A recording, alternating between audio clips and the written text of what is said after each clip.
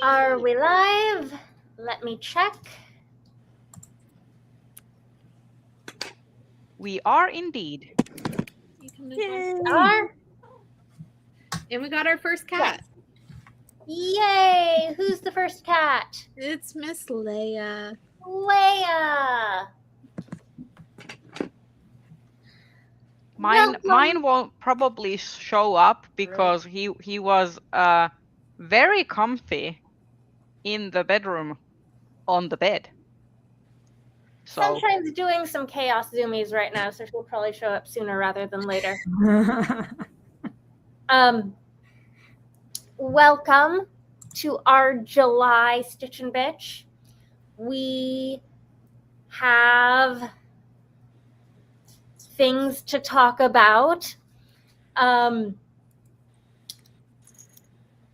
see, am I showing the...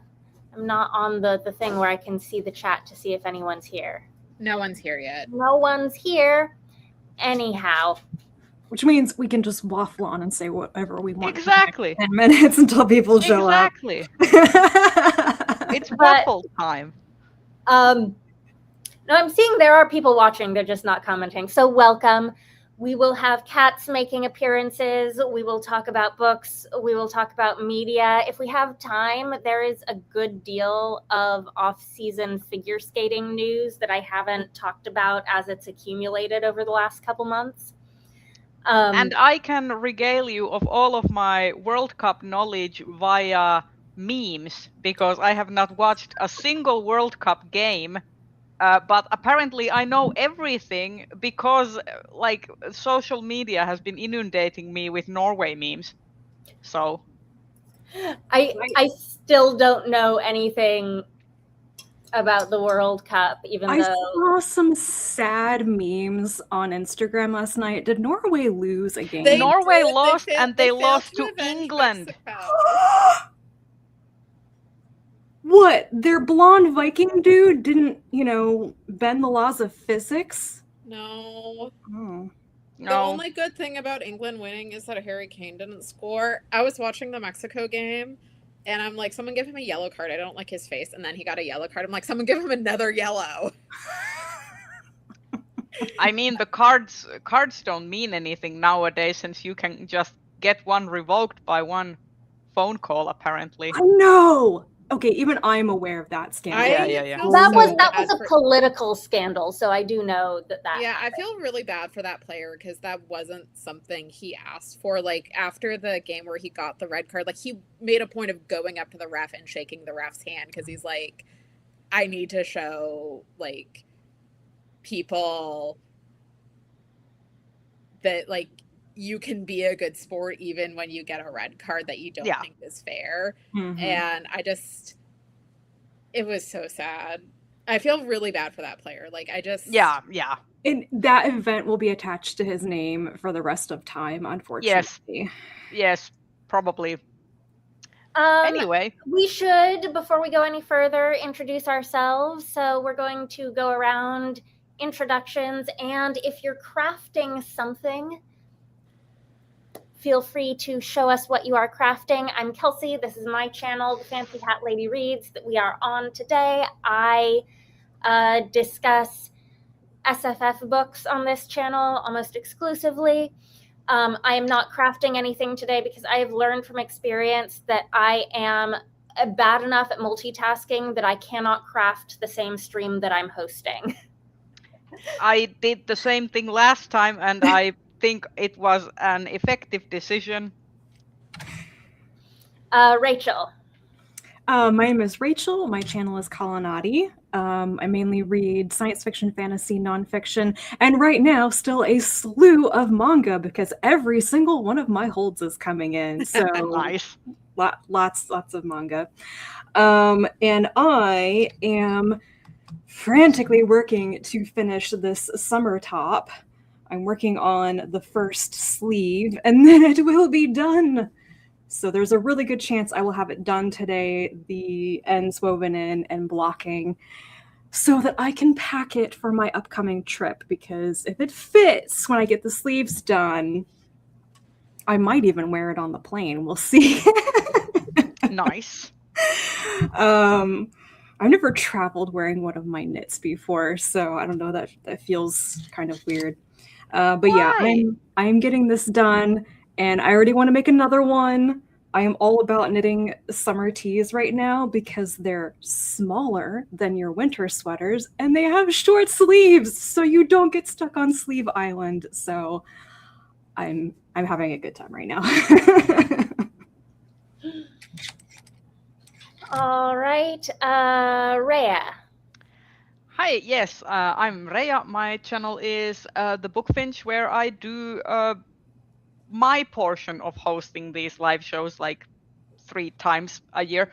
I'm currently crafting my mat, which was supposed to be a parlor mat, and then I am already getting a little bored of the repetition, so it's gonna be a bathroom mat instead, so I can finish it faster and go on to another project. And I mostly read fantasy, comics, some nonfiction. I've actually been on a huge nonfiction kick lately, so I have not been reading much of prose at all, which is devastating, to be completely honest. Di? Hi, my name's Diana. My channel is Bookish Di. I read a lot of SFF along with nonfiction, and I am currently working on this shawl. I am now in the yarn chicken phase because I have to do several more ridges for this, alternating, and we are going to be hoping that I have enough. But yeah, we will see. It's an experiment. It's got some stripes, so just throw in some scrap yarn and add a couple more stripes. I honestly might do that depending on what I actually might do is if I don't have enough, I might just frog the stripes and then switch to the different yarn. Mm-hmm. Makes sense. Do we want to head straight into books from here? We can. Do we want to take was there more sports we wanted to? I will say I do want England out. I am still devastated about Mexico's loss. I will say Jude Bellingham has charmed me with how he treated Morita. So there was a Mexican player who's 17. He's a baby. And one of the English players was like very sweet to him after England beat Mexico and like was comforting him and like was very nice. So like I like one English player. Fun fact: Jude Bellingham and Haaland Erling used to play in the same team, so the internet is abuzz about their so-called bromance, which is in fact just a healthy exploration of masculinity and friendship, which I to be fair is equally rare. Yeah. But among cis men. Anyway, at this point, I'm rooting for France. I like the French team. They're doing really well. I'm never rooting for the French. So our options are France, Spain, the OG colonizer, England, who I will never root for, and Argentina. And like, it's Argentina. Okay, Yeah. okay. I do understand that. Yes. Yes. Yes. It's the same thing, you know, with Finland's relationship with both Russia and Sweden. So I understand this mentality. Anyway, my favorite thing to come out of some of the elimination games is that all the CONCACAF teams went out in the round of 16. So it's very like live, laugh, CONCACAF.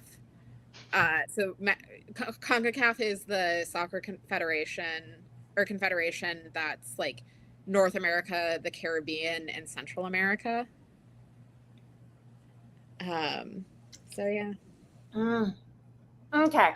I know nothing of this sport except that people kick a ball and it goes from one end of a field to the other end of a field, and sometimes there's acting involved. Yeah, sometimes they like really dramatically fall to the ground, and Yes. there are different colored flags.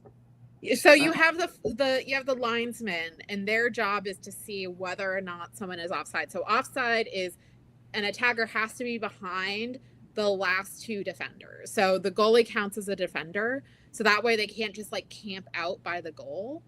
And then there's cards. There's yellow card, which is like you're on notice, because if you get 2 yellows in a game, you're out. And then there's red card, which means you get ejected. So it's essentially a traffic light scheme, similar to how it sometimes is in BDSM. Now, are the cards for individual players? Yes, and sometimes like a coach can get a card, or like players on the bench can get a card. You can get a card on the bench? Man, you must be so really like the acting most up. hilarious yellow or red card that I've seen on the bench was in the NWSL, so the US Women's Soccer League.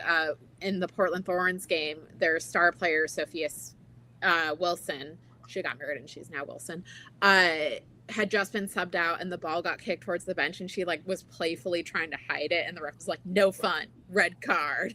Oh, no. How can you be ejected from the bench? Don't you get ejected to the bench?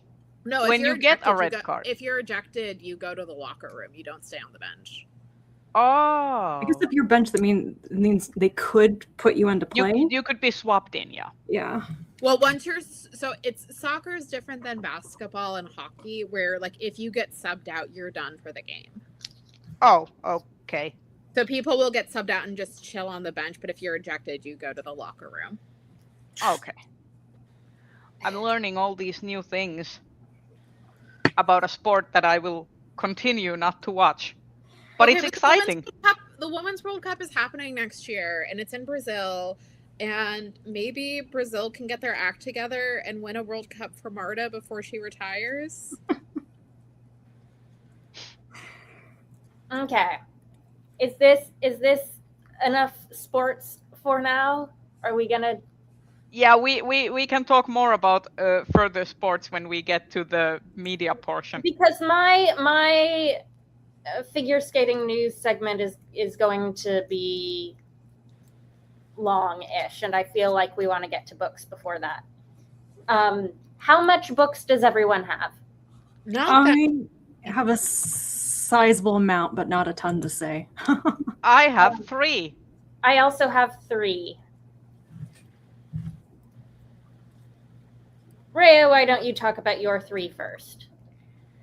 All right. First, I will start by saying that I finished Vulture Capitalism by Grace Blakely, and it was a fine book. I actually learned a lot. For example, I did not know that when the US invaded or occupied the Philippines, that 750,000 people were subsequently either killed or went missing. So I did not know that. Similarly, I did not know all the ins and outs of the Boeing controversy. So I learned a lot. And what I really liked about the book was that sometimes when you read a nonfiction about critique of capitalism, when you get to the end, basically it's like, so how do we fix this? It's basically like just we build community, and there's no like concrete examples or concrete like, okay, how do we do that then? It's basically just like, well, look at all of these like hideous examples that I've laid before you prior to this section with all of their infinite resources and money, and then it's just like, well, we need to do community organizing and build community, and it's like, okay.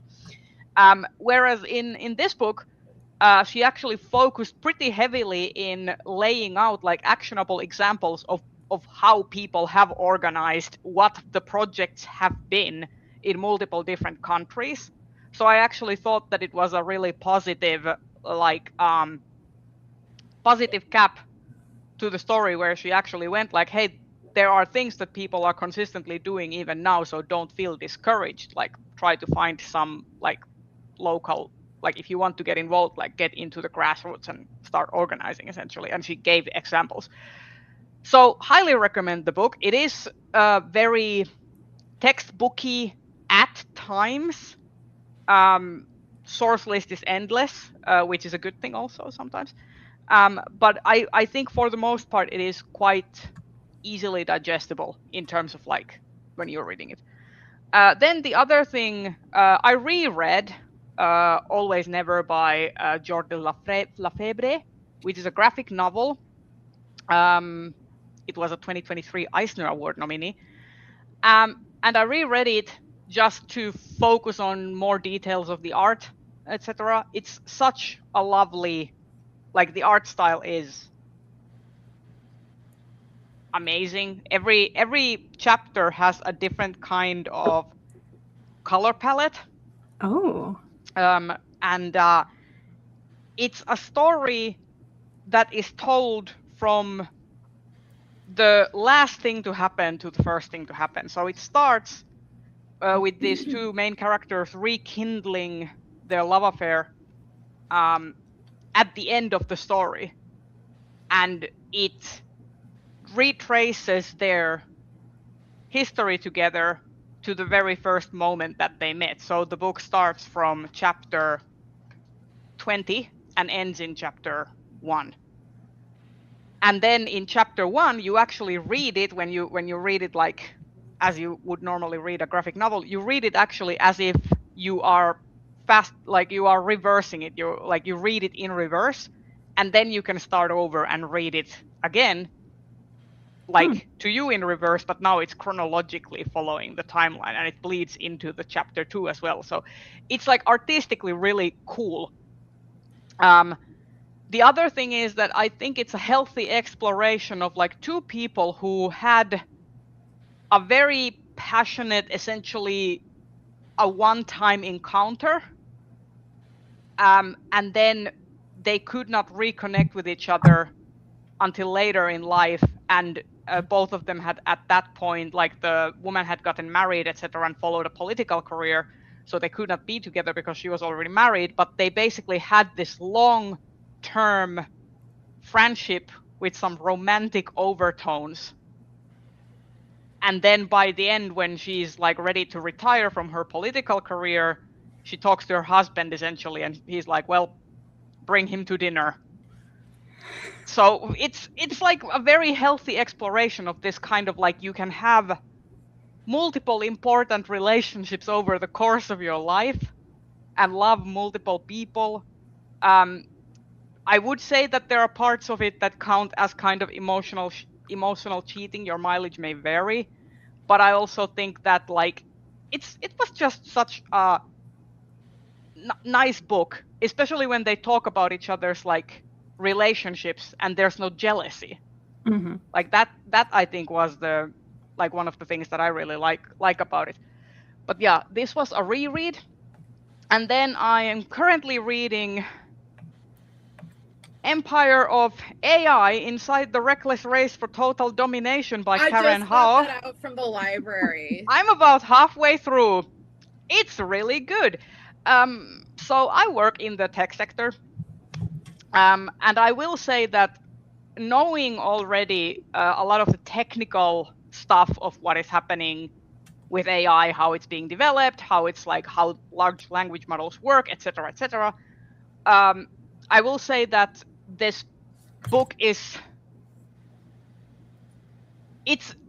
very well written for a lay person to understand that has no technical background with engineering or like working in like the tech industry and IT, which is good, because I feel like this is one of those books that like everyone should read in terms of like you actually get to know how these systems are built, what kind of people are building them, and how little humility there is in like essentially the statement is that like a lot of these people are just feeding their egos, and it's a very ego-driven project how AI is currently being pushed to us.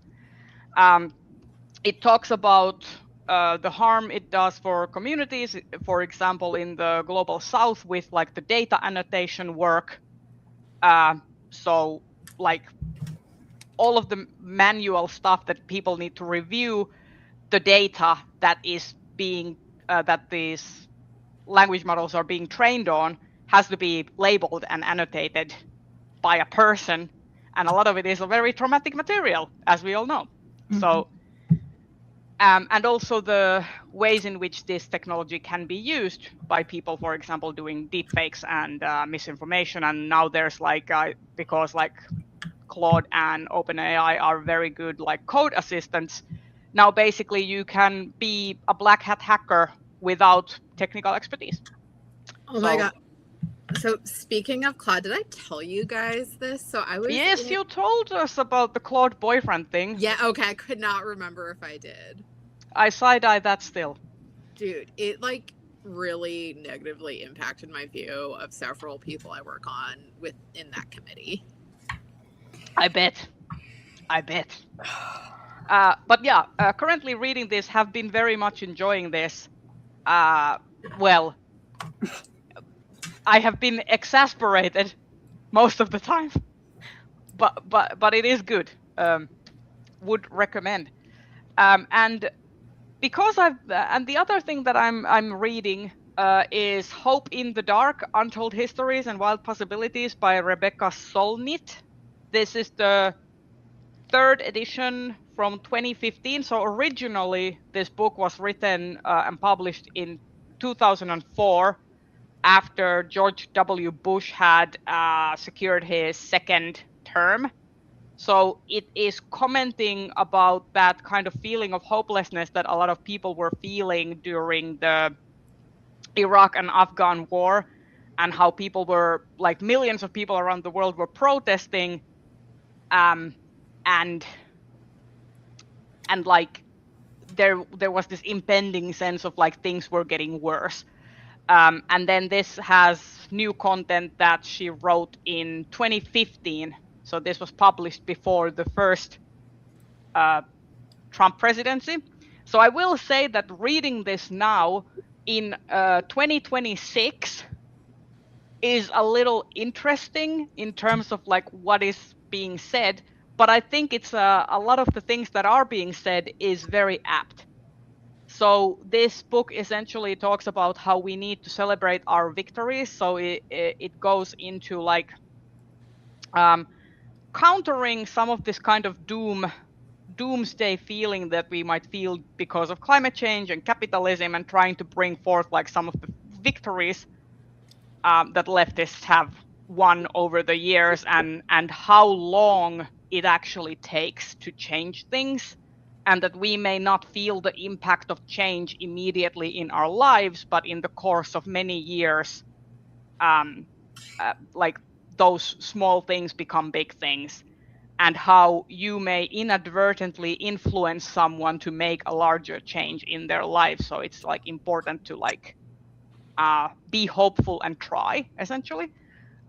So it's been pretty good, but I also feel that it's tough reading it right now, like because it's such a time capsule also.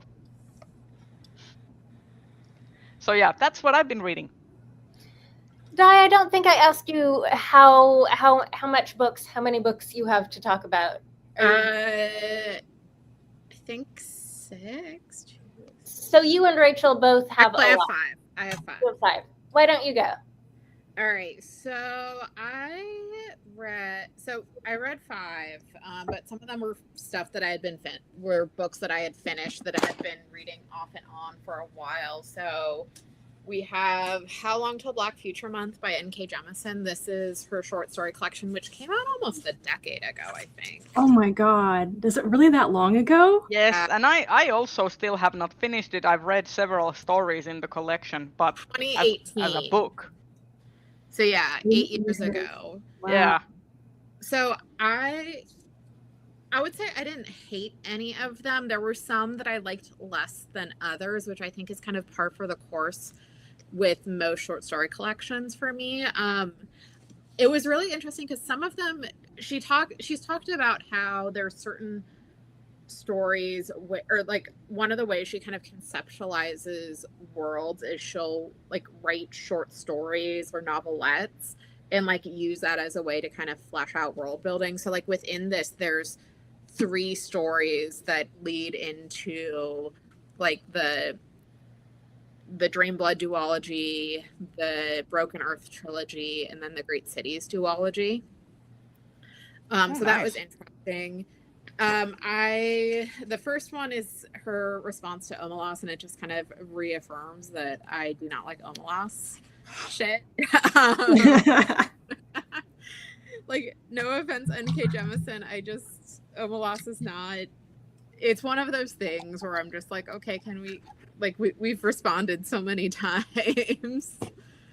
I think the one, in terms of like the ones that I really liked, I liked the Red Dirt Witch, which is actually getting a graphic novel adaptation, which I think is like a really good choice because it's a very visual short story. And I think it could be expanded in really cool ways. And I also liked Sinners, Saints, Dragons, and Haints in the City Beneath Still Waters.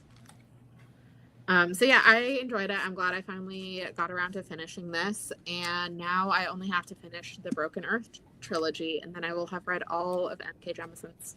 Actually, no, I haven't read her Green Lantern graphic novel, but I will have read most of N.K. Jemisin. I really liked the Green Lantern graphic novel, and I'm not partial to DC at all.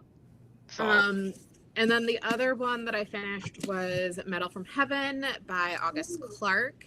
I really liked this. So this is a fantasy. I will say it was so funny, like when I initially picked it up, because Megan Whalen Turner, who's best known for her YA series, The Queen's Thief, is one of the people who blurbed it. I'm like, Megan Whalen Turner, what are you doing here?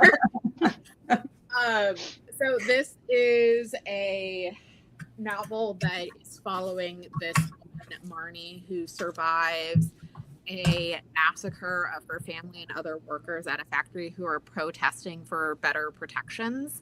And she gets taken in by this group of thieves, and she and this group are trying to like not just protect themselves, but also try and overthrow the systems of power and create a more equitable society. And as part of that, she has to go undercover.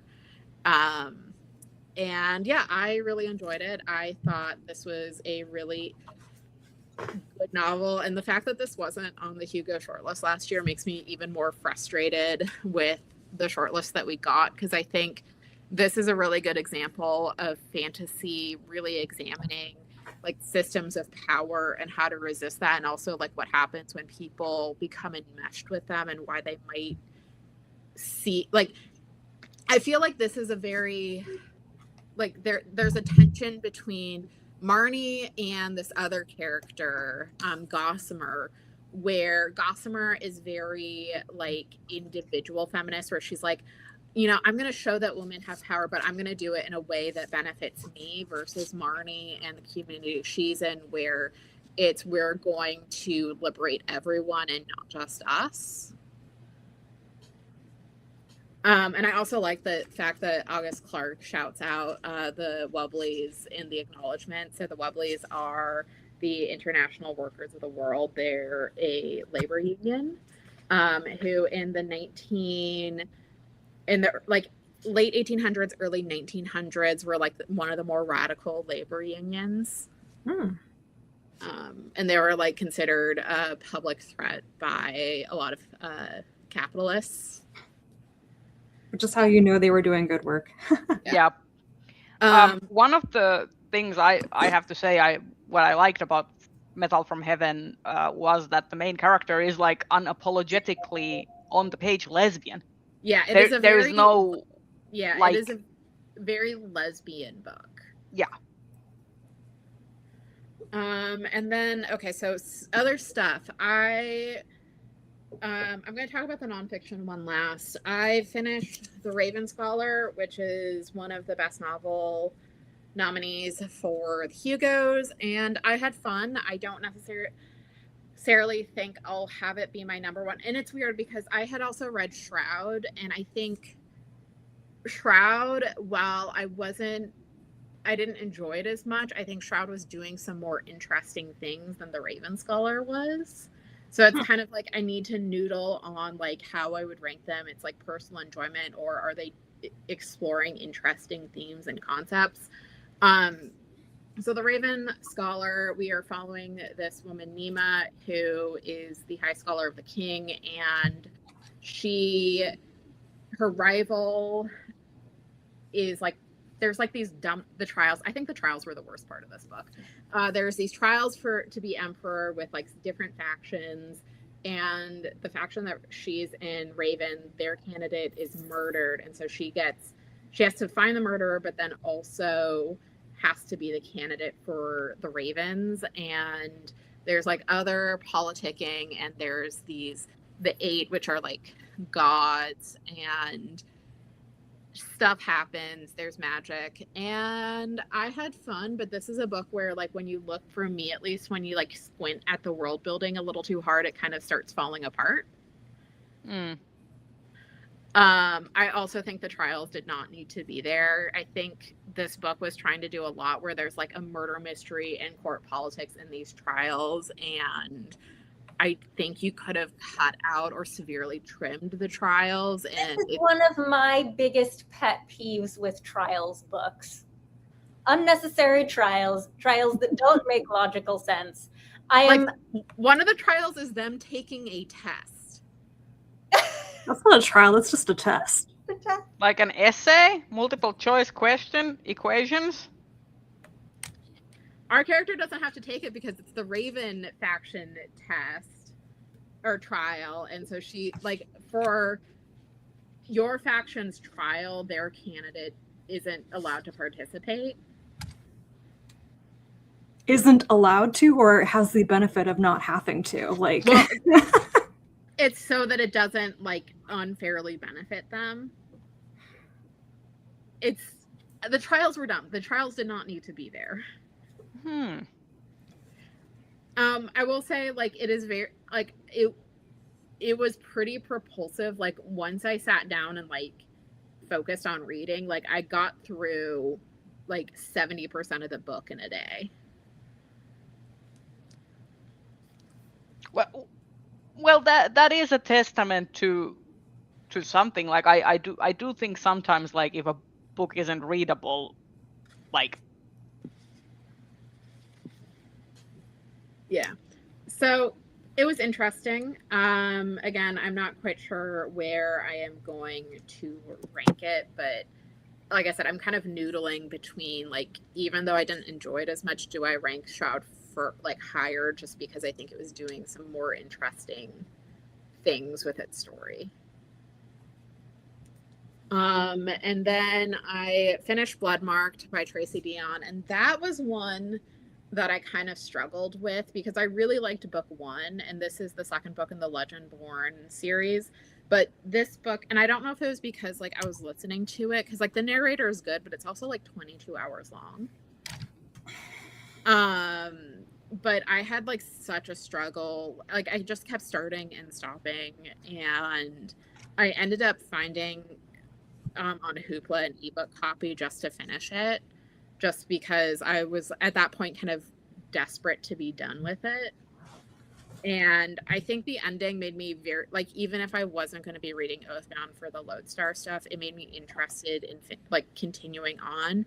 But the pacing was kind of all over the place because we're dealing with Bree's discovery of her history at the end of Legendborn, and like the reactions to it in the Legendborn society. But there's also like her personal stuff happening, and there were times it felt unnecessarily long where conversations that had already happened were happening again. And it was one where I think there could have been some better editing. I feel like that, like, I feel like that has been my observation over the last few years in general, in especially like genre. Well, I don't read a lot else than genre fiction, so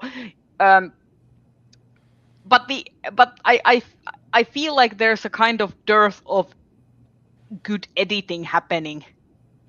Yeah, and I think part of it, like, editors are overworked, and like editors are like what get cut, which is why like Hachette Hachette's workers just unionize, so hopefully they can get some better working conditions. Mm-hmm. Yeah, I like, from what I've noticed is, especially like there's like this, you have like these prolific editors who can be really good, like I don't knock on like these kind of, I don't knock on editors' work, and but I do feel like there has been this, like I'm noticing more and more like kind of inconsistencies, you know, typos that usually get like that usually you have a copy editor and stuff, and they look over those things, and I just feel like this is another thing where the book publishing industry has turned full into also consumerism, because you need to have these books out in the market as fast as possible. You have like so many editors working on so many different authors' books at the same time. And probably also in the publishing industry, there is likely, especially in these kinds of like copy editing positions, like use of AI is likely encouraged at this point, because they are just like, only speculating by the way, but like because it's a fact that they have so much more work on their table at this point. So how do you at least automate parts of that? I'm probably getting a little bit ahead of myself, but I'm going to be talking about Shroud a little bit, and I have some of my thoughts go like right into that topic too, about editing, but also expectations of length, and then like the role of an editor and how things have changed over the decades, just with even just the technology of publishing books and book length and everything. Yeah, I think one of the things that I know a little bit about with like the history of publication and such is, a lot of people think that editors just like proofread and tell people cut this, cut that, thumbs up. And in the past, it's very clear that in a lot of cases, even authors that are really highly praised and are so well known for their writing, their editor was in many ways their co-writer. Yeah, that's how extensive editing can be. And it's not like 50 years ago, authors were writing pristine sentences in their second drafts and spelling everything correctly. If you go look at original manuscripts of things that were even written by hand, they were awful. They had to be seriously edited at the technical level. But there was much more to that editing than just the mechanics of language. Yeah. So Reda, I'm going to take a break before reading Oathbound, though. I need to read something different, and I need something a little shorter. So I have 2 of the novellas left that I need to finish for the Hugo, so I'm probably going to read those. And then the nonfiction I read is called American Reich, A Murder in Orange County, Neo-Nazis, and a New Age of Hate by Eric Lichtblau. I think I pronounced his last name correct. And so it was published earlier this year, and the framing story is the murder of a young gay Jewish man named Blaise Bernstein by his former classmate in Orange County. And this happened in 2018, and it made national news because the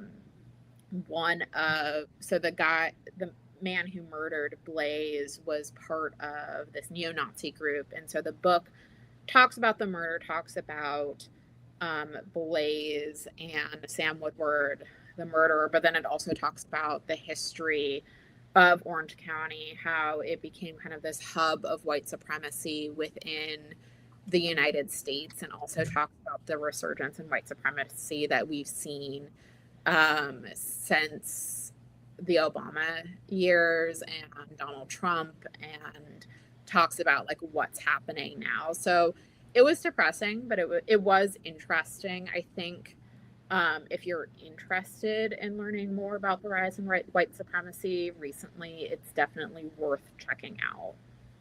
Also, American Reich. Considering this knowledge of Orange County, it then should not surprise anyone how Gwen Stefani became what she is today. And then I'm currently reading, I'm not super far in, is Playing God, American Catholic Bishops in the Far Right by Mary Jo McConaughey. And I didn't realize this until I like picked up the book. I actually had read one of her previous books about Latin America during World War II, which I remember enjoying. But this is basically like looking at the radicalization of the American Catholic bishops and kind of attempts to bring them back in line. And I think it's really relevant given the schism that has been in the news. So yeah, I will hopefully finish it by next month and can report back. Is that all? Yep. Rachel? All right. Should I have my list? I'll talk about my 2 physical books that I finished reading first. We'll just jump straight into Shroud by Adrian Tchaikovsky. I only have one other Best Novel nominee to finish reading, and that is Death of the Author, which I have had paused for way too long. I actually DNF'd The Raven Scholar, and isn't there another? Oh no, I already read that one. I've completely forgot that I actually tried to read The Raven Scholar. Just not the right kind of novel for me. But Shroud, not as great as I wanted it to be, though I think that at this point I need to admit that Tchaikovsky is probably not going to go back to the greatness that was Children of Time. I think just his career and how prolific he's been, we're getting away from that. And I think it was Kelsey, did you say this in your recent like upcoming releases video, that like it seems like he repeats some of his themes and stuff? I really still enjoy how he explores alien life. He's probably picked every kind of bug and animal or whatever that we've ever suspected is intelligent and written a story about them or something based on them. And I think that's really cool. I'll keep reading for that. Shroud,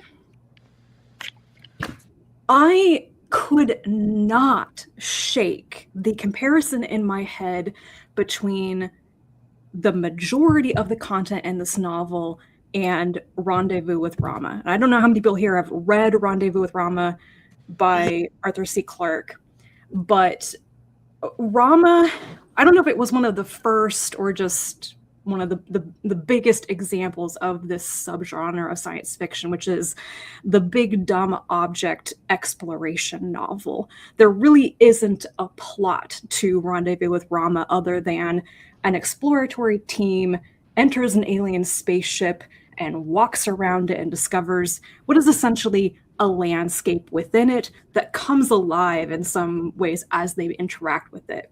And that's basically it. Like, unless I'm forgetting something major, Rama is that. It is an exploration of a large alien structure that they have fun looking at. It raises interesting questions, and then they leave. And there are sequels to it, but if you only read the first book like me, that's pretty much it. Shroud, that's basically what Shroud is. A couple of people end up on a really hostile planet with incredibly unusual life. They wander across basically the entire planet in the dark, only seeing things through the lights on their pod. And they just see the landscape and speculate, or they're not even speculating about what caused things. The author is interjecting those things. These people just are trying to traverse the land as quickly as possible. They don't have the resources or the time to sit there and analyze what's going on around them and try to figure out what the motivations of the alien life are. So one of the really kind of interesting things about this is that the aliens and the humans never fully crack each other. They don't learn to communicate until maybe the very end, but there's this incredible lack of understanding throughout all of it. So all of this stuff happens, and you know that they're all fundamentally misunderstanding each other the entire time. I think if this wanted to be a really good big dumb object exploration, which is what 75% of the content is, it could have been a much slimmer book that really just focused on that and kind of came away with that question, that open ending of, we've seen all this, it's so unusual, and maybe we will just never understand it. But the book never has the opportunity to just be that exploration, because it's also trying to layer on all this, I think, almost like empty commentary on massive exploitation and capitalism. The whole reason humans are here at this planet is to extract everything they possibly can from it and then move on to the next thing. So it's just resource exploitation. All of the humans, their entire lives, are driven by a system of resource exploitation. And you are told this, but there's really not, like, the characters don't interact with that idea. There's nothing like, we're going to bring down capitalism, we're going to try to change our world or try to change someone's individual life. It's just described to you. So there's a lot of telling you, a lot of showing you, and not a lot of actually doing anything with that, even if it's on an intellectual level with the characters.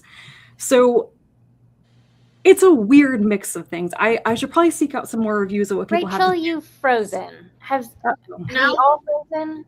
No, I think Everybody it's just froze. you. Is this my internet connection that's having an issue? I think so. Am I Rachel was frozen? going. Maybe. Nobody froze for me, so Nobody Everybody's froze. back for me.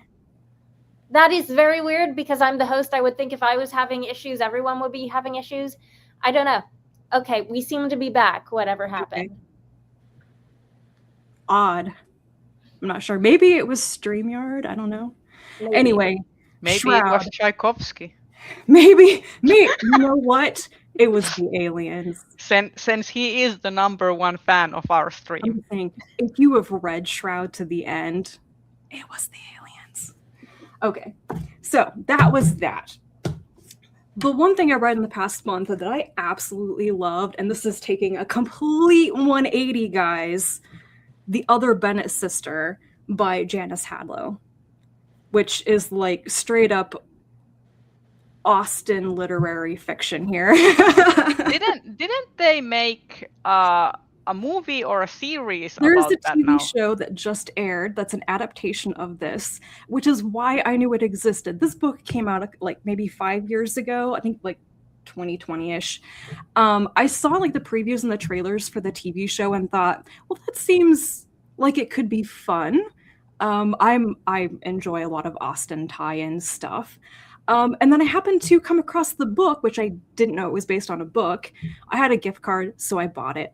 And then I started reading it, and I freaking loved it. Like, I'm not saying this is written entirely in the style of Austen. It's more like in the style of Austen that you remember a couple of years after having read Pride and Prejudice. So, like, it hits that vibe in your head, but if you really look into it, it's a little bit more modern in terms of the word choice and the punctuation. But tonally, if I didn't know anything about Austen and Pride and Prejudice or anything, and somebody told me that this was like the scenes cut from the book that explains what's going on inside of Mary Bennett's head, I would believe you, because it presents a very, very good invention of what is going on with Mary that you never get explained because of her exclusion from so much of the story. So it was really entertaining. It was actually very sad in some places. Like, if there's any content warning I would put on this, it's just like bad parenting, emotional neglect, massive middle child syndrome or whatever here. But it is ultimately a happy story. It is a romance with a happy ending in the way that most of Austen's novels are. And I just came away from it thinking it was very believable within the context of Pride and Prejudice. It adds to it. It doesn't contradict any of it, but it does make you rethink some things, and it kind of adds some layer, a different interpretation to the characters that we really love from Pride and Prejudice. Like, after reading this, you may not think about Jane and Elizabeth Bennet with so much fondness anymore. But the thing is, even when I reread Pride and Prejudice, this was a couple of years back, I will say that like Elizabeth sometimes especially comes across like she is very judgmental about all of the people around her, including her sisters. She has a kind of superiority towards them. That I think sometimes people give her a pass because she is the protagonist who you're following the story through. For sure. I think there's also a bit of a trend right now of stories that try to redeem Mr. Collins. There's a short romance novel out now called Mr. Collins in Love, which I didn't like it enough to finish reading it, but it kind of was a big hit. I don't think Mr. Collins is the person that needs a redemption arc. Well, I will say that one of my favorite sequences in this book is after the events of the Austen novel and everything have concluded, there's an interaction between Mary and Mr. Collins and Charlotte Lucas, and how it depicts all their relationships to each other and their marriage and everything. It was really interesting, and you feel bad for Mr. Collins. So anyway, I loved this. I think this is the only 5-star book that I've read so far this year, and I was completely surprised at how much I super enjoyed it. So I have seen the first 2 episodes of the TV show, which adapts this novel, and I will say it seems like it's going to be good, but tonally it's quite different. The pacing of the story is much faster in the beginning of the show. I think it skips over some of the most interesting stuff that goes on in Mary's head. And I think one of the reasons why I really love the novel is because of the interiority of it. You are inside of Mary's head, really seeing the minute effects of all of the stuff that you know from Pride and Prejudice on her. That was so interesting, and I just don't think there's a reasonable way of conveying that in a TV adaptation. So they kind of had to pick what they were going to focus on, which is a little bit more of the faster paced, almost like comedic stuff, especially in the beginning. So anyway, I really love this, and it's one of those like Austen inspired things that I would probably highly recommend. I'm not super into like retellings of Austen. Let me check if my library has that. But yeah, this was really good. Everything else that I read, I feel like is not a whole bunch to talk about. I did read 3 more of the Mary Russell and Sherlock Holmes novels by Laurie R. King. I read The Pirate King, Garment of Shadows, and Dreaming Spies. I basically blitzed all 3 of these on audiobook because I knew I really needed to get past Pirate King in order to continue with the series. Pirate King is the lowest rated book in the series. What I've read about it is that like the publisher wanted King to go back to like a lighter, the lighter style of some of the earlier books or whatever, and she gave them Pirate King, and everyone kind of hates it because it's absolutely ridiculous. I probably had a higher opinion of it and the next one, Garment of Shadows, because I listened to them on audiobook, and I wasn't like, it wasn't like it had my full attention while I was listening to them. And they are pretty good on audio. I do like I think it's Jenny Sterlin does the audiobook narration. So Dreaming Spies, the third one that I read in this sequence, is the long-awaited what happened in Japan escapade, which has been hinted about for a while. So it kind of jumps back in time for a portion of the novel. And I did like it, but I have a feeling that somebody who knows more about the history of Japan and Western presence in Japan in like the 1920s would have some more criticisms of it. It was in the beginning of this book that I really started to suspect Mary Russell as a character. She's a bit classist. Like, I think she's written in a way where you're supposed to think that she's relatively modern and she's not so focused on judging people for their circumstances or their nationality or their race or whatever. But you know what? She does inside of her head. And the further I go along with the series, the more I think she's not nearly as kind of a person as I wanted her to be. But anyway. So I haven't read the series in a really long time, but so much about Mary and Sherlock's relationship was explained to me because her and her husband lived in the same area that my grandparents live in, and my grandparents knew them socially because I think her husband worked at UC Santa Cruz, and it was a big scandal when they got together because she was his she was his student, and generally 30 some years younger than him. We have talked about this. Yeah, we have talked about this. Okay, I couldn't remember. Yeah, like that. Yeah. Like I remember the. Oh, that explains so much. Yes, I remember the weird age gap situation. These books are the first ones that I've read coming back to the series since we had that conversation, and I found that out. I didn't know any of like King's real life circumstances or whatever. And yes, like reading these books now, I cannot forget that. And also knowing she's stated too that she doesn't like to write about places that she hasn't visited, and so many of the places in the series actually were places that she visited with her husband back in the day. So it's so they're kind of like inadvertently semi-autobiographical, but not.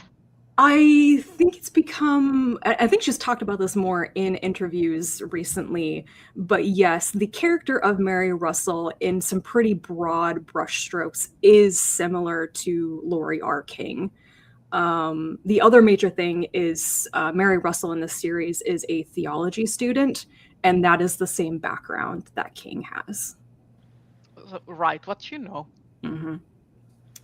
So it's very interesting. I do plan on continuing with the series. I think I've fully switched over to the audiobooks now, and they're really fun to listen to while I'm like knitting and stuff. So I might criticize the series, but they are still fun, especially now that I have gotten past the absolute ridiculousness and pointlessness of Pirate King. Unless you really, really want to know about silent film shooting on location in Morocco with pirates from the 1920s. To be fair, that does sound interesting. That does sound fun. So, well, Kelsey may know more about this, but it is the central point of the novel is they're trying to film an adaptation of the Pirates of Penzance, except it's not actually the Pirates of Penzance. I don't know anything about this play, but there's a whole discussion of it, and yeah. Unrelated. Now you have my interest. Yeah. Unrelated once again to all of this stuff, I read the Checklist Manifesto by Atul Gawande, which I'm mentioning only because I tried to read this book like 12 years ago, back when it was new, because it's all about how important checklists are. And I am the kind of nerd who not only enjoys reading about the importance of checklists, I'm also the kind of professional that can turn around and use that information right away. However, Gawande is a surgeon, and this very short little like self-helpy nonfiction book is very much about how he helped lead a group from the World Health Organization that implemented a safe surgery checklist in the early 2000s. And what led them to do that, and kind of the before and after statistics of how it improved surgery. And because of the topic of this, there are some descriptions of emergency medical procedures in it. If you have watched The Pit, it will seem very familiar to you. But 12 years ago, when I first tried to read this book, I could not get past like the second chapter because it gave me an absolute panic attack. Just the content of it was so triggering at that time because of medical stuff. So I finally read this book, mainly for work reasons, but also to say that I finally did. And it is very good. And even if you are not like a checklist person, it's very well written. The case he puts forward is very interesting, and it gives you some insights into like how the sausage is made in some industries, I guess, and how you have to change how you tackle managing extremely complex work in probably any industry. So it was very interesting. I, for one, am very fond of a good checklist. I use them all the time. I'm also very fond of Kanban boards. Yes. Which I also use. God, I spend way too much time in Jira. I do not bring the devil into this room. I am that kind of weird that really loves moving the task from one column to the next. It's so satisfying. See, Rachel, you are a Jira user, not a Jira administrator. This is true. It is a very different experience. Everything else I read were volumes in ongoing manga series. So I read 2 more volumes of A Man and His Cat by Omi Sakurai. I read volume 12 of A Sign of Affection by Sue Morishita, which I actually really like this volume. I think you're now farther ahead than me, because I kind of got mad at Sign of Affection at volume 11. Yeah, and I was kind of feeling that too. This one, it presented people in a slightly different light. People finally got to talk a little bit, and I don't know. I enjoyed it more than the previous one. And I also read volumes 7, 8, and 9 of Frieren Beyond Journey's End. There's one other person in my library system who is reading this at the same time as me. And we are in a battle for the current volume. So it's like I check out 3 and then I have to put some on hold because they have them. And then as soon as I am done with mine, they are done with theirs. So we're going back and forth constantly here. How is it? Like, are you ahead of them, or are they ahead of you? Sure, I'm not entirely sure. Or else there's maybe a third person out there, but it's like I look at the series on Libby and like nobody's checked out like the first 8 volumes, and then I'm in the middle and they're all on hold, and then later in the series none of them are checked out. So it's like there must be multiple people in the system who are reading basically all the volumes at the same time as each other. But this happened to me with Delicious in Dungeon and Witch Hat Atelier, and at the end, I finally cracked and I just started purchasing the series because I could not abide that I was competing with like 20 other people. I started buying Witch Hat Atelier when I realized that I did not want to have to put in an interlibrary loan request for every single one 6 months after it was published. Yeah. and then as soon as I started buying them, my library started buying them.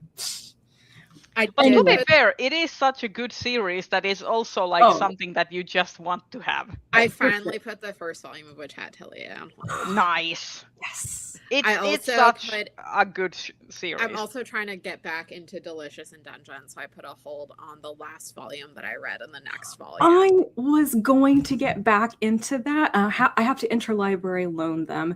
I put in a request for volume 3, and after waiting like a month, they sent me volume 1. This happens to me a lot with manga.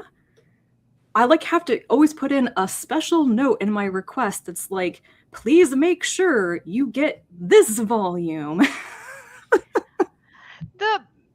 It's very, or maybe they were subtly saying that it's been a long time since you loaned the first volume, so maybe you should reread it. I don't know. My dad has a library card to another library system that does interlibrary loans in a much better way, and I'm probably going to ask him to just check all of those out for me so I can get the correct ones. But yeah, so I'm on a big manga kick right now. I've got like 3 more volumes of Frieren checked out. I have Goku Rakugai. I can't say that anyway. I'm halfway through reading volume 1, and I'm like 5th in the hold queue. Hopefully, because apparently people are wanting to read it. I think it's very funny. So Ray and I both decided we were going to read this after seeing something on Instagram about it. And when I went to my library to see if they had the series, they had all of the volumes and they were all available. 24 hours later, they're all checked out. It's that they everyone saw the same reel. Exactly. So basically what happened, I saw a reel on Instagram about a character that likely appears in like volume 3 or 4 based on the image, and it's basically a middle-aged man with a scruffy beard and like very Olruggio coded. Oh, yeah, we were both like, this is Olruggio. Yeah, and I was like, am I going to read this whole series just for the off chance that there is this middle-aged grizzler in this series? Yeah. That's like devastatingly handsome and probably all sorts of trouble. I will say, I don't think that we the have story... a question in the chat about interlibrary loans. Yeah. For me, with my library system, an interlibrary loan doesn't cost anything, but the process is more complicated than putting a book on hold regularly. I don't know if it costs things at other libraries. It definitely can, depending on your library system and where you are. I'm also probably what country you're in. I know it's different places. Both of my local public library systems do not charge you for anything, but you may be contacted after you put in your request if they discover that the lending library does charge for it. But I have never had to pay for one before. People I know have, though. So my public library doesn't do ILL. I can, for a certain fee, go to the town over and get a library card, but I haven't, just because I don't like driving to Albany. But I can do ILL and consortium loans for free through work. Mm-hmm. And that's something I've discovered recently about consortium loans. And how, like, I call them interlibrary loans, but if you're in the consortium and you're just like checking it out like you would any other book in your regular library system, it doesn't feel that much different. But yeah, there's another library system here that I no longer have a card for, and they've recently moved to a consortium system. So it is much more convenient than having to fill out the special form every time, and it goes into a black hole until something shows up. So in Finland, I live in the metropolitan area in the capital. So our whole library system, all of the different libraries in the metropolitan area are connected. Mm-hmm. So we're all using the same library system, which is roughly like, I think, is it 30 to 40 different libraries. So you get the catalog of all of them. And what an interlibrary loan service for us means is that you order the book from a completely different city that isn't in the metropolitan, so they have to ferry it from, let's say, northern Finland to southern Finland, and then that would accrue a cost. I think it's something like a couple euros per book. I always think it's interesting to hear from how far away people have gotten interlibrary loans. I've gotten, like, I live in the middle of the continental US, and I've gotten things all the way from Washington and Oregon all the way over. I've gotten something from Brooklyn Public Library multiple times. So but then it's very interesting because then we also, like, I have access to like currently like a couple university libraries, because the university library system includes all of the universities in the university campuses or campus libraries in the metropolitan area, and also all of the polytechnic and vocational college libraries as well. So they're all part of the same system. That's interesting. So I get to also use that catalog to order stuff. So I'm in a big city with like a big library system where, you know, anything in the library system is a normal hold. Yeah. But when I do interlibrary loan, I don't know if there's like a specific network of libraries they're networking with, or if it's, I don't know what it is behind the scenes for them, but usually like it'll be from like somewhere upstate or something for me. Yeah, and then for me, like the biggest thing is that you can't like renew it online. If you need to renew it, you have to do it in person, and you can't drop it in the drop. You have to return it in person. Yeah, same. Although my library, like about 10 years ago, they just flat out started telling people you cannot renew your interlibrary loans. You can ask, but we almost certainly will not do that for you.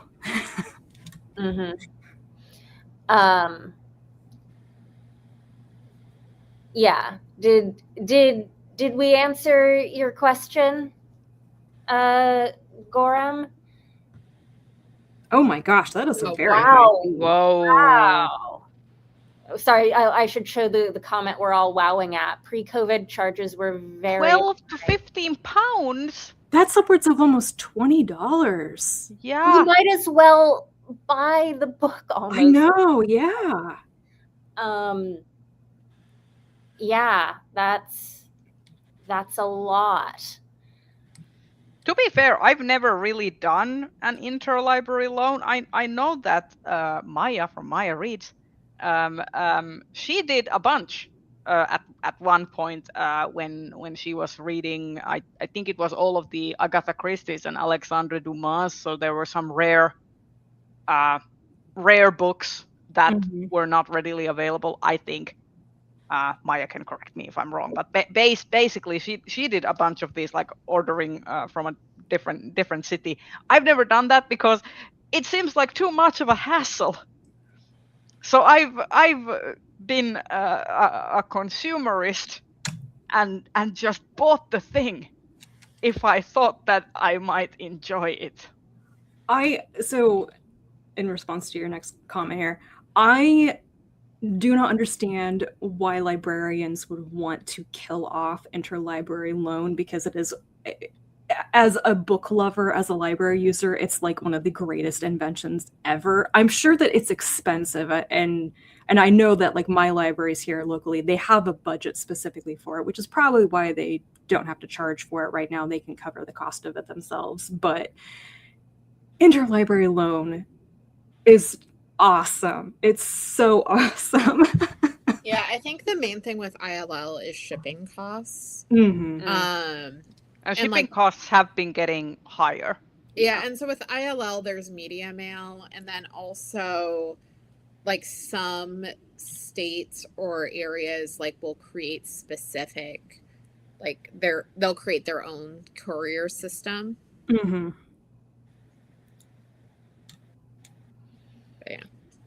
Anyways, I mean, I have a couple like in terms of I think the concept of an interlibrary loan is fascinating, and I think it actually, like, especially in rural areas, I think it actually encourages people to read more widely, because those areas likely would not have as big of a public budget in their public library funding. So having access to an interlibrary loan system with other communities around, even other states,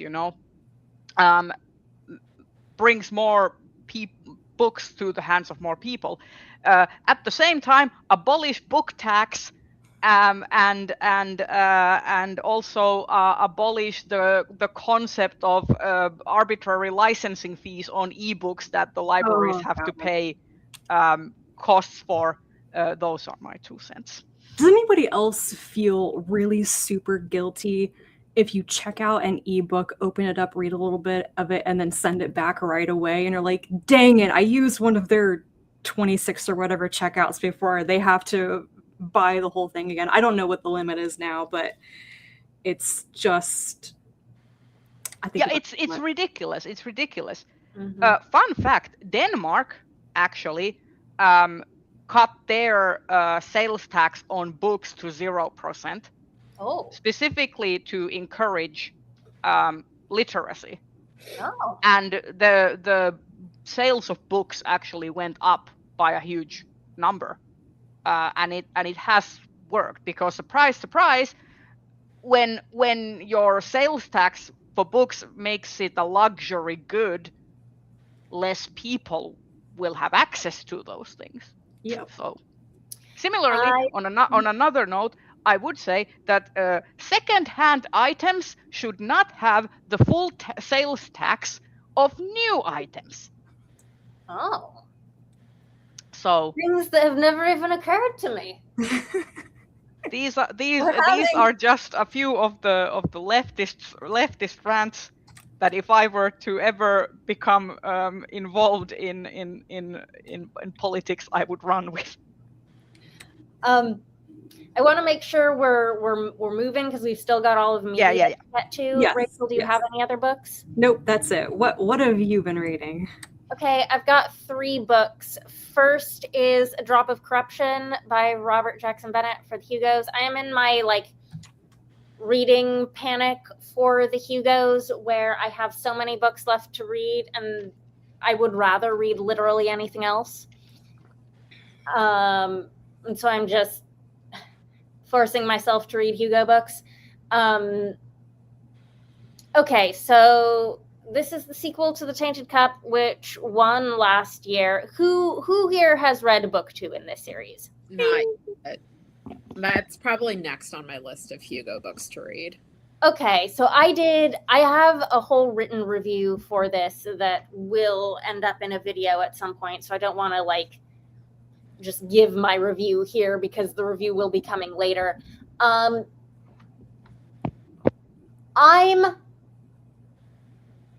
confused by the politics of these books at this point, because I want to bounce my theories off of some people. Because in the first book, I'm trying to remember the first book because I don't have a physical copy to check. I read the PDF from the voter packet, and I'm not going to go back and search through PDF to look for stuff. In the first book, I felt like I was recognizing a pattern that is fairly common in SFF series, where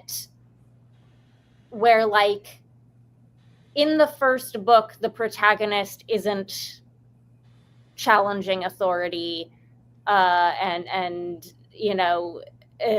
thinks that the evil empire that they serve is good, right?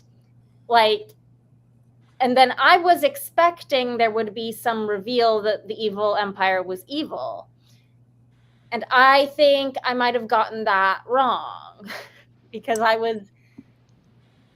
My thought, and now it's been like a year since I read the second book, but so number one, I think the main character is confused about what the role of the Empire is, what the agenda actually is, and that's what he's finding out.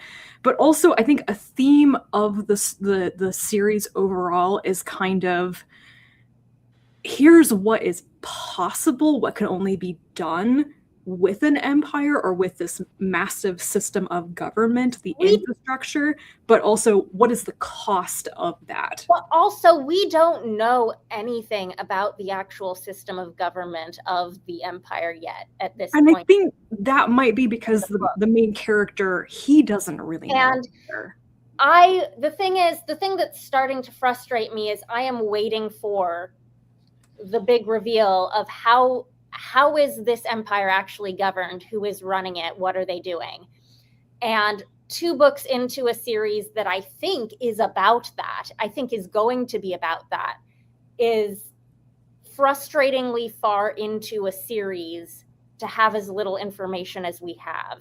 Like, this is when I start giving up on series if they aren't nominated for Hugo Awards, if it hasn't revealed a few more reveals.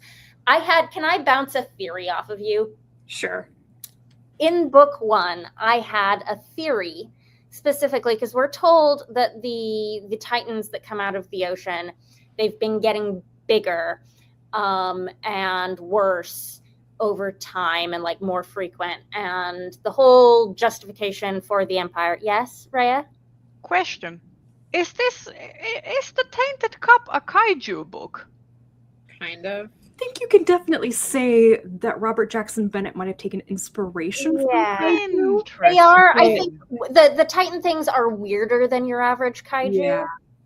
Interesting. And they are part of the magic system as well. Like, so yes, so the whole thing is that like their organic flesh parts, materials or whatever, like cause other organic matter to change and transmute. So the entire magic system, the entire infrastructure is all based on like refining the corpses of the dead Titans. This reminds me of into magic potions, manga / anime Kaiju number 8, where that story it's also definitely military propaganda, like or like propaganda as well, but like in terms of like the whole infrastructure of the entire world being just like built for like the kaiju defense industry and everything, and all of the weapons that the main characters use are also made from the bodies of the kaiju. Like, anyway, interesting thought. Go on, continue. Yeah, what's your theory on this? So my theory, because we learned that like, oh, we are so grateful for the great empire for keeping us safe from and we all sacrifice as we serve the empire, and we let it change our bodies so that we serve the empire to protect the people from the Titans. This is the whole propaganda thing, right? And it's heavily implied in the first book, if I recall correctly, that we think there is maybe something that has happened that is human caused, that is causing the Titan incursions to be worse. And my theory was that the Empire was doing this on purpose because they wanted more of the resources, wanted more control over the population that they get from this messaging of only we can protect you. And I feel like this book threw a total wrench in my theory. Because spoilers.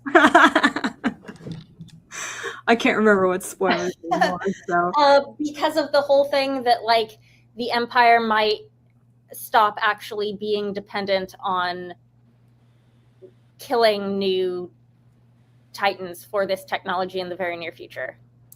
Yeah, I think the Empire's existence, the way that they all do things, is because of a problem of their own making. You can see it in many ways. It's like environmental commentary.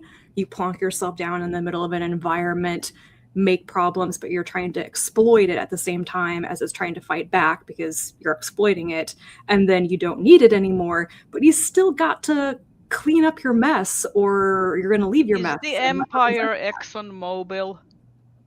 Could be. I don't know. Anyways, this book, we're dealing almost entirely with this like small kingdom that is like in the centuries-long process as outlined by a treaty of being absorbed by the Empire, and like that's going to be finalized in like the next 10 years, according to the treaty. And I don't know. So we're dealing almost entirely with the politics of this little like satellite kingdom in this book. And it sure seems like the Empire are the good guys in this book. And I was just very confused.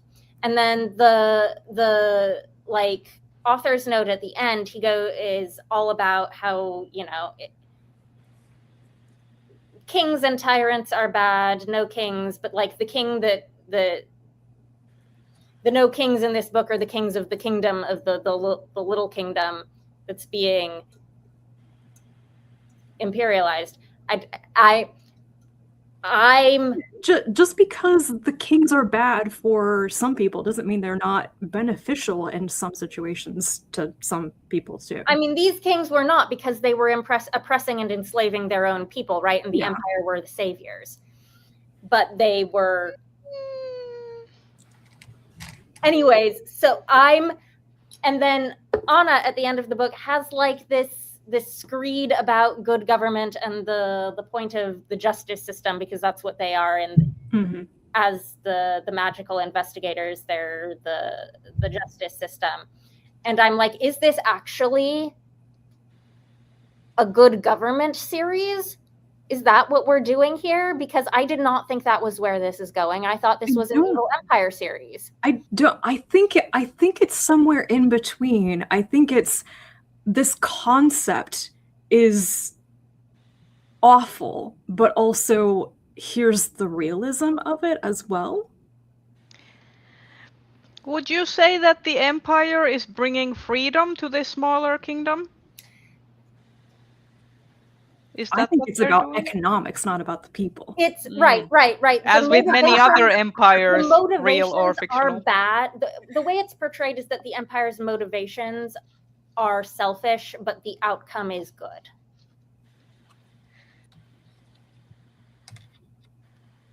If that, I think I didn't get that the Empire was the saviors. I got that they exploit a worse system to get what they wanted.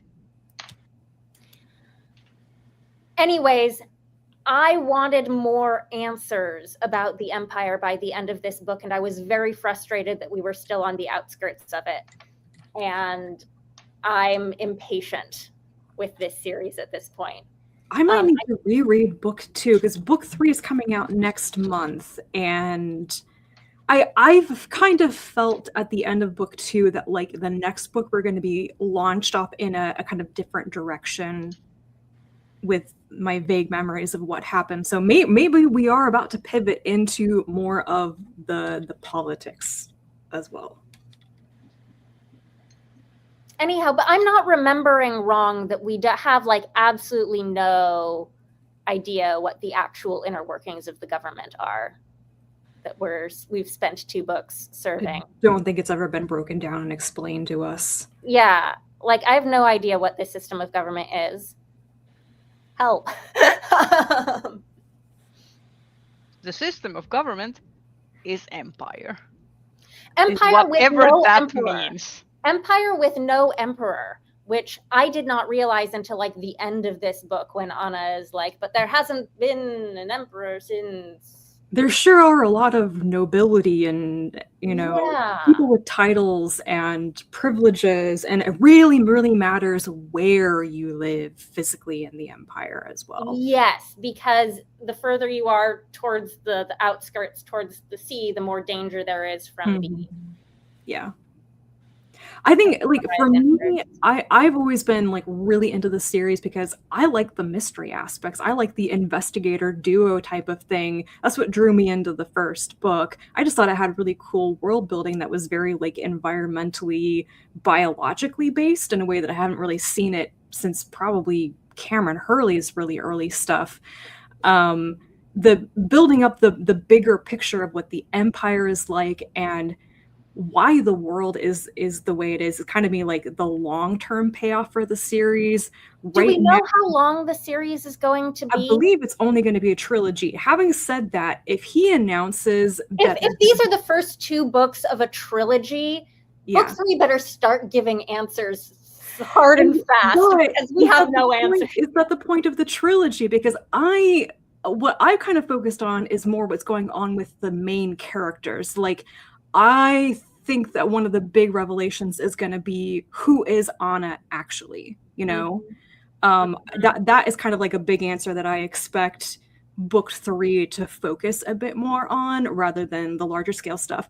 But that being said, it wouldn't surprise me at all if this entire trilogy ends up being a setup for a second trilogy that does focus on things that he can discuss now that he's laid the groundwork, because we're talking about epic fantasy here. Has he said that it's a trilogy? I believe it has been established that it is a trilogy and that the 3rd book is going to be the conclusion.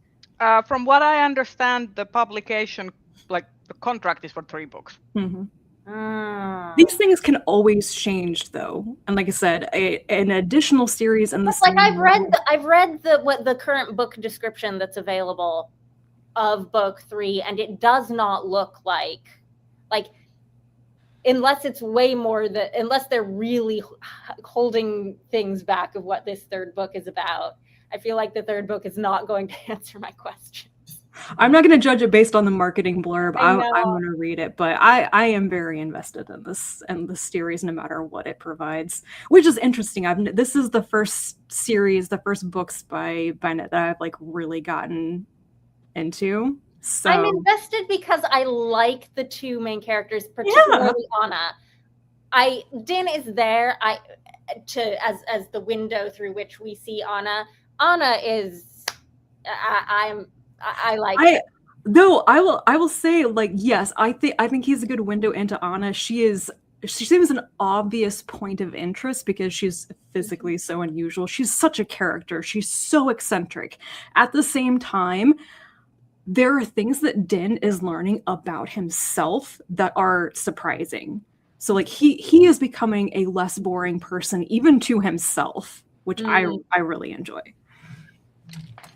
Bring back his original love interest, though, okay? Yeah. We need the series to be a little bit more overtly gay, is all I am saying. I will, and this is what the only Robert Jackson Bennett book I had read before this was City of Stairs, and that had a pretty brutal bury your gays, and then I started the 2nd book, and that also had some bury your gays. So like, I don't necessarily want Robert Jackson Bennett touching queer characters. I think he is aware of the criticism, and I also think that the particular pairing that he introduced in book 1 is popular enough. He should know what he's doing. So if he fridges a gay character, that will be the final straw. We will know that he did it on purpose. The ball is in Robert Jackson Bennett's court, I guess. Give me the original pairing or give me a really awesome poly relationship, okay? So I have no idea where Drop of Corruption is going to end up being on my Hugo Awards list. I think right now for me it's behind The Incandescent, but I'm not really sure how far behind. And then had a library hold come in for Villain by Natalie Zena Walshot, so I dropped my Hugo reading to read this. This is a sequel 6 years in the making. I read the first book like only 4 years ago. This one is definitely a middle book. Like, the first book had one of those very frustrating endings where like this isn't totally satisfying as the ending, but like if the publisher doesn't want a sequel, it's not the end of the world.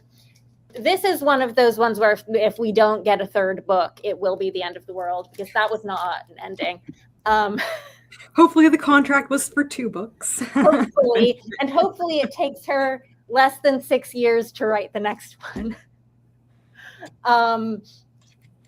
This is a kind of dark, brutal supervillain series. Don't expect like a warm and fuzzy feelings. Protagonist does bad things, but she's so entertaining to read nevertheless.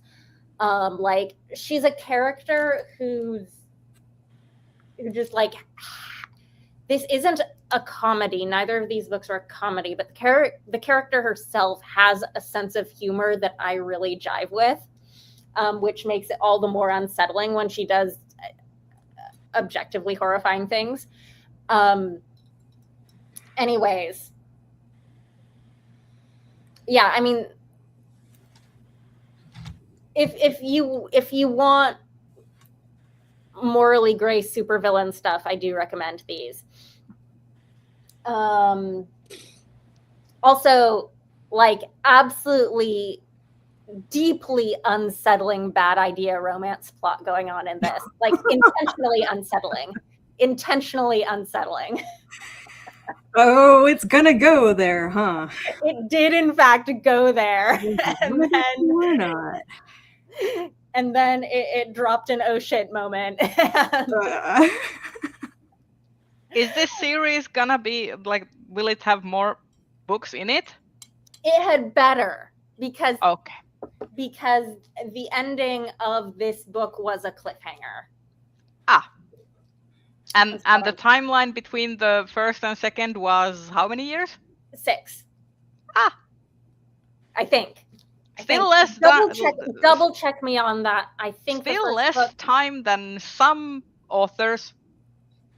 We know what you mean. I'm 6 years. Like, when did A Dance with Dragons come out? 2010. I'm beginning to think that comparison doesn't Actually, make no, I sense think it was anymore, because does 2008. anybody actually believe that series or that book? No. I like it. Here's the thing. With that particular series, for me personally, it's fun to kind of joke around about the publication, but I fully think that the man has moved on to other projects, and he seems to be very happy. The only thing that I'm mad about is that just come out and say that you're not gonna do it.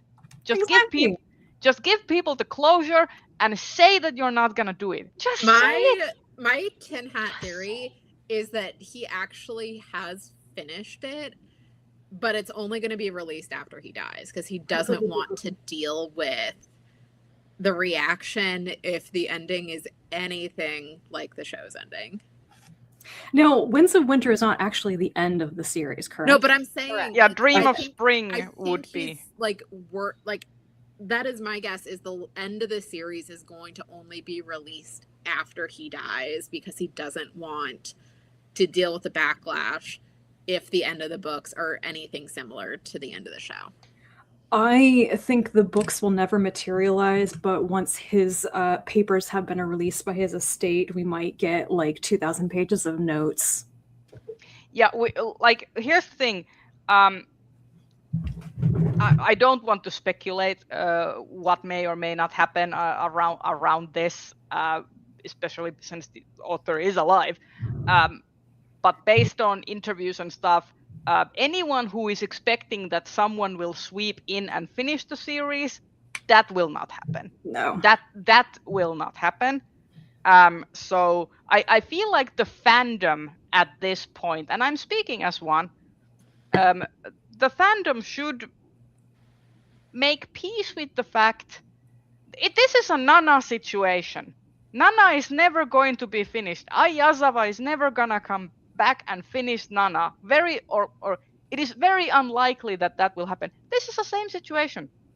Like Song of Ice and Fire will not be finished. I do want to keep us moving because we have only 20 minutes left and we haven't started on media yet. Oh, sorry. Go ahead, Kelsey. Continue. My last book is Cinder House by Freya Marsk. Ghost Cinderella. I did enjoy this. I don't know if it's something that like I would have nominated for the Hugo if I'd read it like during nominations. I guess I'm maybe a little surprised it's nominated, but I shouldn't be because it's Tor.com. But I do enjoy a creative fairy tale retelling, and this was slow for me at first because I was like sad that she was dead. But then once you started to see how the elements of the fairy tale were going to fit together, I was really like, yeah, let's go, Ghost Cinderella, because there are certain fairy tales where you like hit the tropes in an interesting way hard enough that I will just be on board. And this was one of them.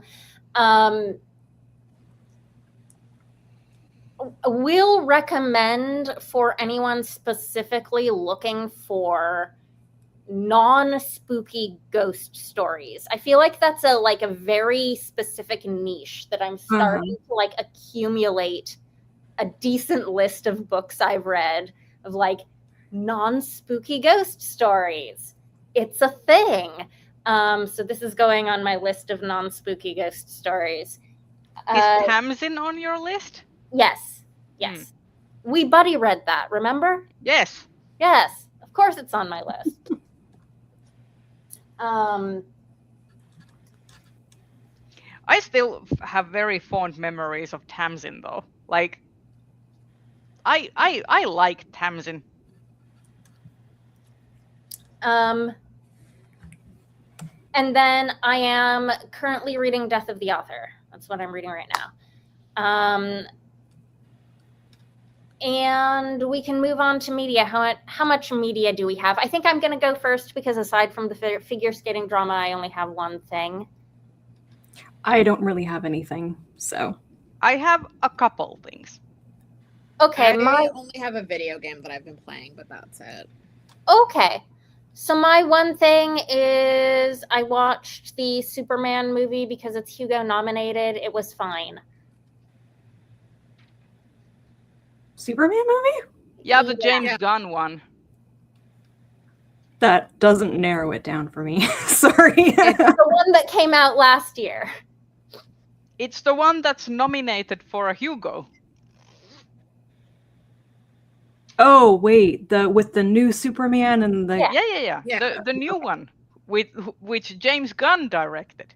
The only one that James Gunn has directed. That. I think I watched the trailer and went, I will never remember this actor again in my life, and that was pretty much it. So yeah, I think this was the first. Yeah, it's his first Superman thing I've ever actually watched, and it was fine. For someone who does not actually really like Superman, I have watched a heck ton of Superman content. I've watched pretty much all of the movies that had the Reeve guy. Christopher Reeve. Yeah.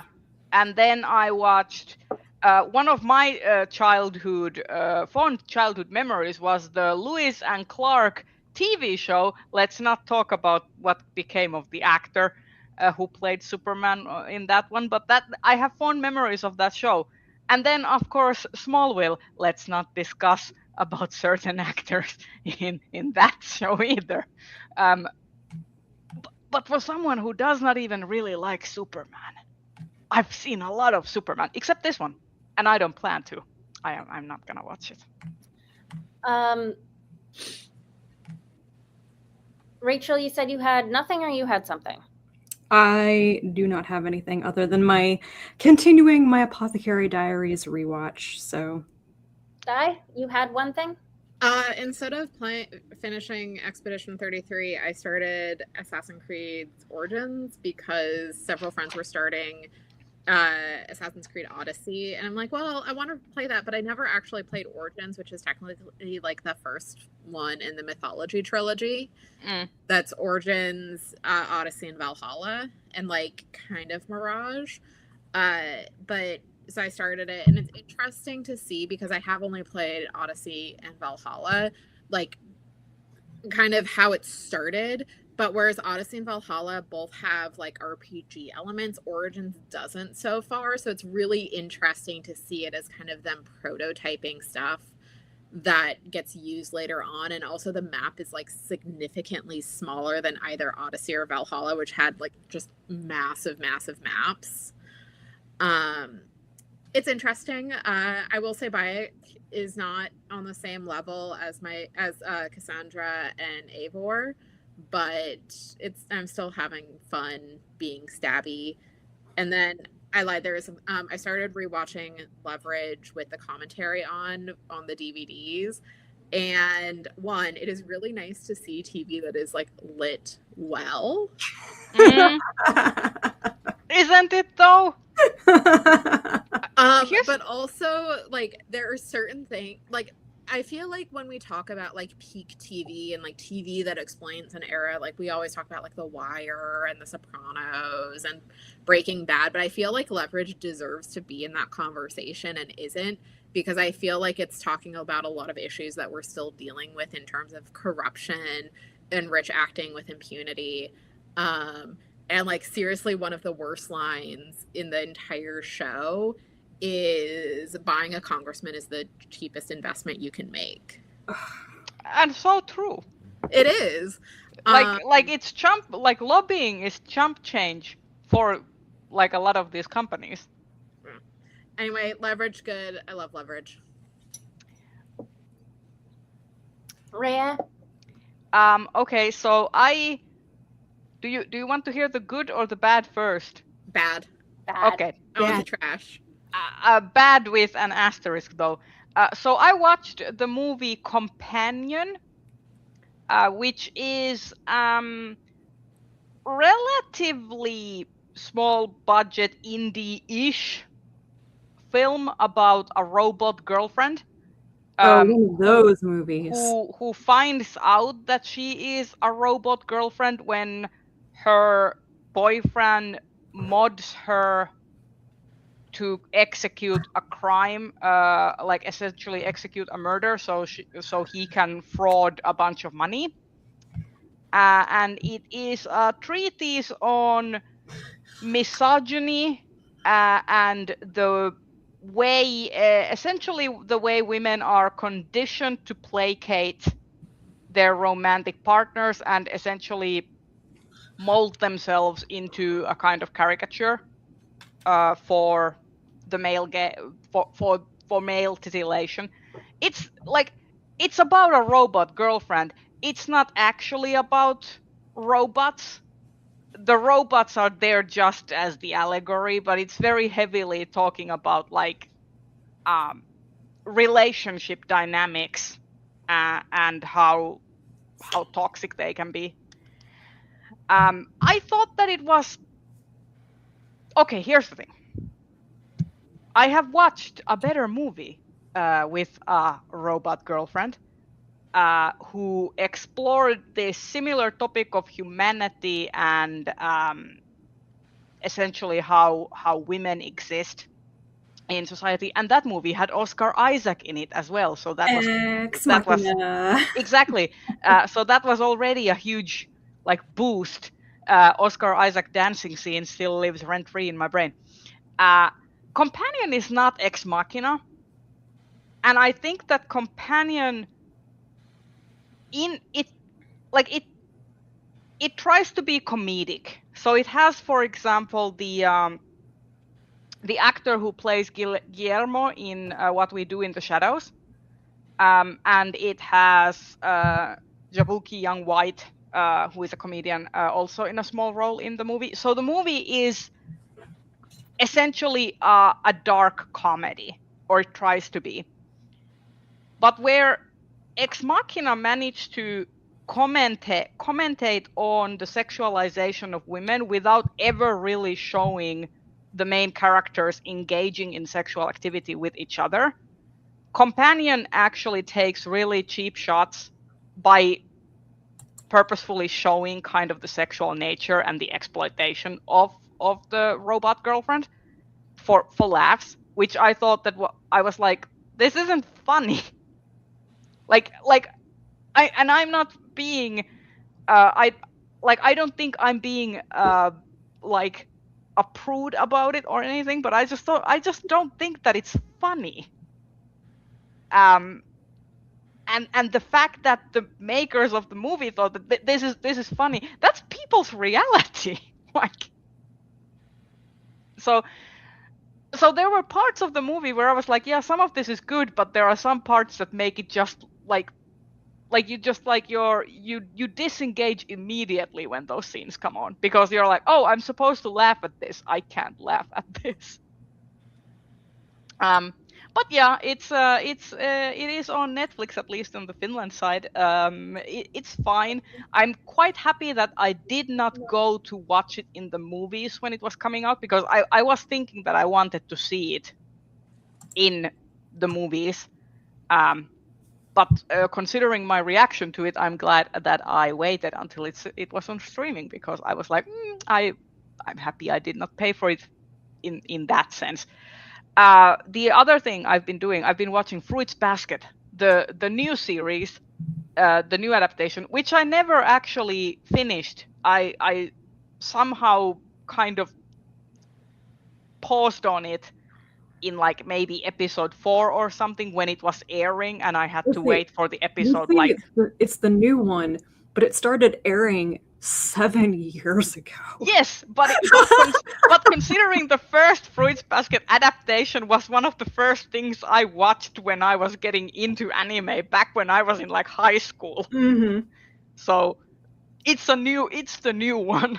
Yeah, no, it's new to me too, and I was it really surprised me, because I finished watching it recently too, and I was like, wait a minute. So there are things in Fruits Basket that I will always love Fruits Basket. I love the manga. It's like one of my go-to things. But I will say, I don't like Kagura as a character, like, at all. I hate her. I hate that there is this sense of protectionism from the male characters towards Toru and other women characters on the show, where it's like this kind of like delicate flowers need to be protected and kind of like there is this kind of protectionism. And then at the same time, there is this one character who is kind of like, the joke is kind of like, okay, you can be violent towards the male characters though. And I'm kind of like, I don't find it funny either. Like, I feel like there's some point in me that I've grown up. For sure.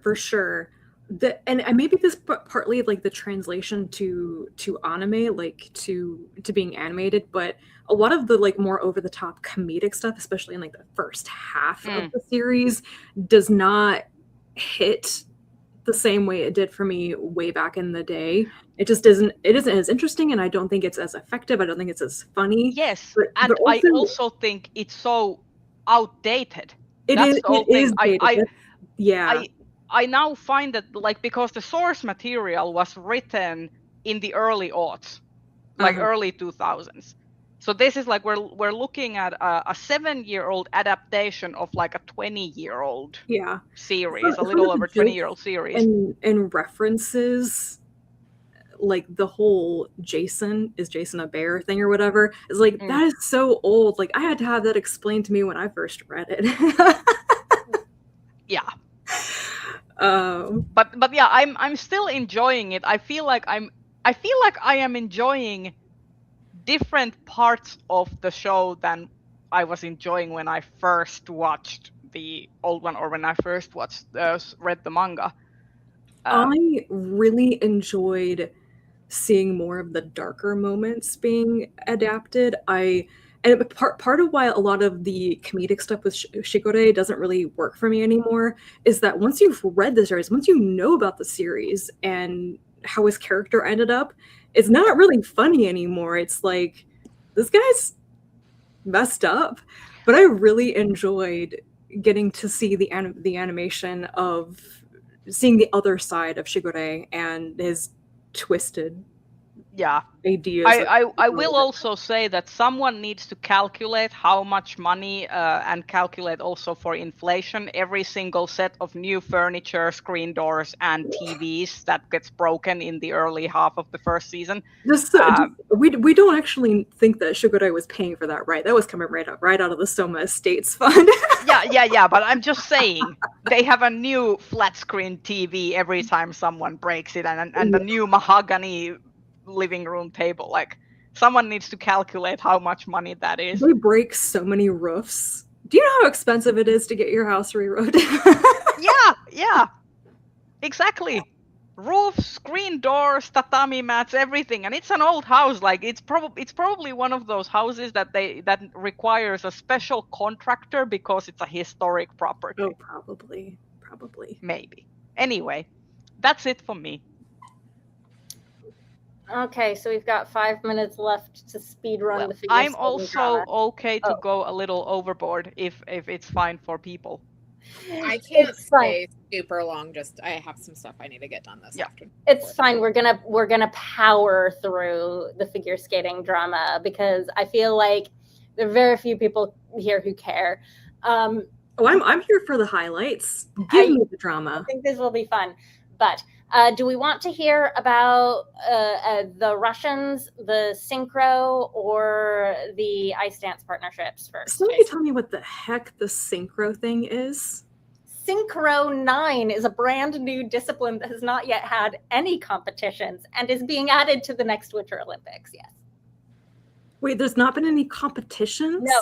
So synchronized skating is a thing. It has long been a thing. It involves way more than 9 people on the ice. I think it's 16 people on the ice at a time. And it is competitive, yes? Yes, it is competitive. They have their own competition schedule. It is international. Finland is dominant at synchro. So yay! This is all good news for Finland. So is Canada. What? So is Canada. Canada is good, but I think not as good as Finland. I guess it remains to be seen. But are we hosting the first like because there's this the Finlandia Grand Prix coming up? No, so year. The competitions are still going to be totally separate from the other 4 disciplines. But this is the first season, this coming season, that they will be trying out international Synchro 9 competitions. And what we have learned about Synchro 9 so far is very confusing to me. First of all, the reason regular synchro can't be in the Olympics is because it is too many people. Like the Winter Olympics is not prepared to add that many athletes.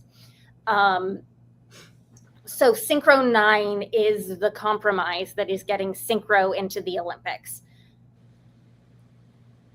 The structure of the competitions is going to be, and the judging is going to be totally, totally different from both regular synchro and the other 4 disciplines. This is baffling to me. I have no idea what this is going to look like in practice. So regular synchro, you have get scored essentially like the other disciplines, where you have like technical elements that get scored with a positive, negative grade of execution. The points add up. This is not how this is going to be working. This is like half of your score is artistic and half of your score is technical, but it's like a percentage out of 100, or like out of 50 and out of 50. So like it's 100 possible points, and it's much more like the old 6.0 system in terms of like how this is actually going to be scored. And it's not element by element. And that sounds way too complicated. there are 3 programs, not 2. They have to do 3 programs, and they're going to be like head-to-head matches and knockout rounds. What? Wait, Like and it's an elimination thing? It's the format only for the Olympics, so they'll be doing their regular competitions. No. So regular synchro, which is like 16 skaters on the ice, keeps happening, but Synchro 9 is a new thing that is being added.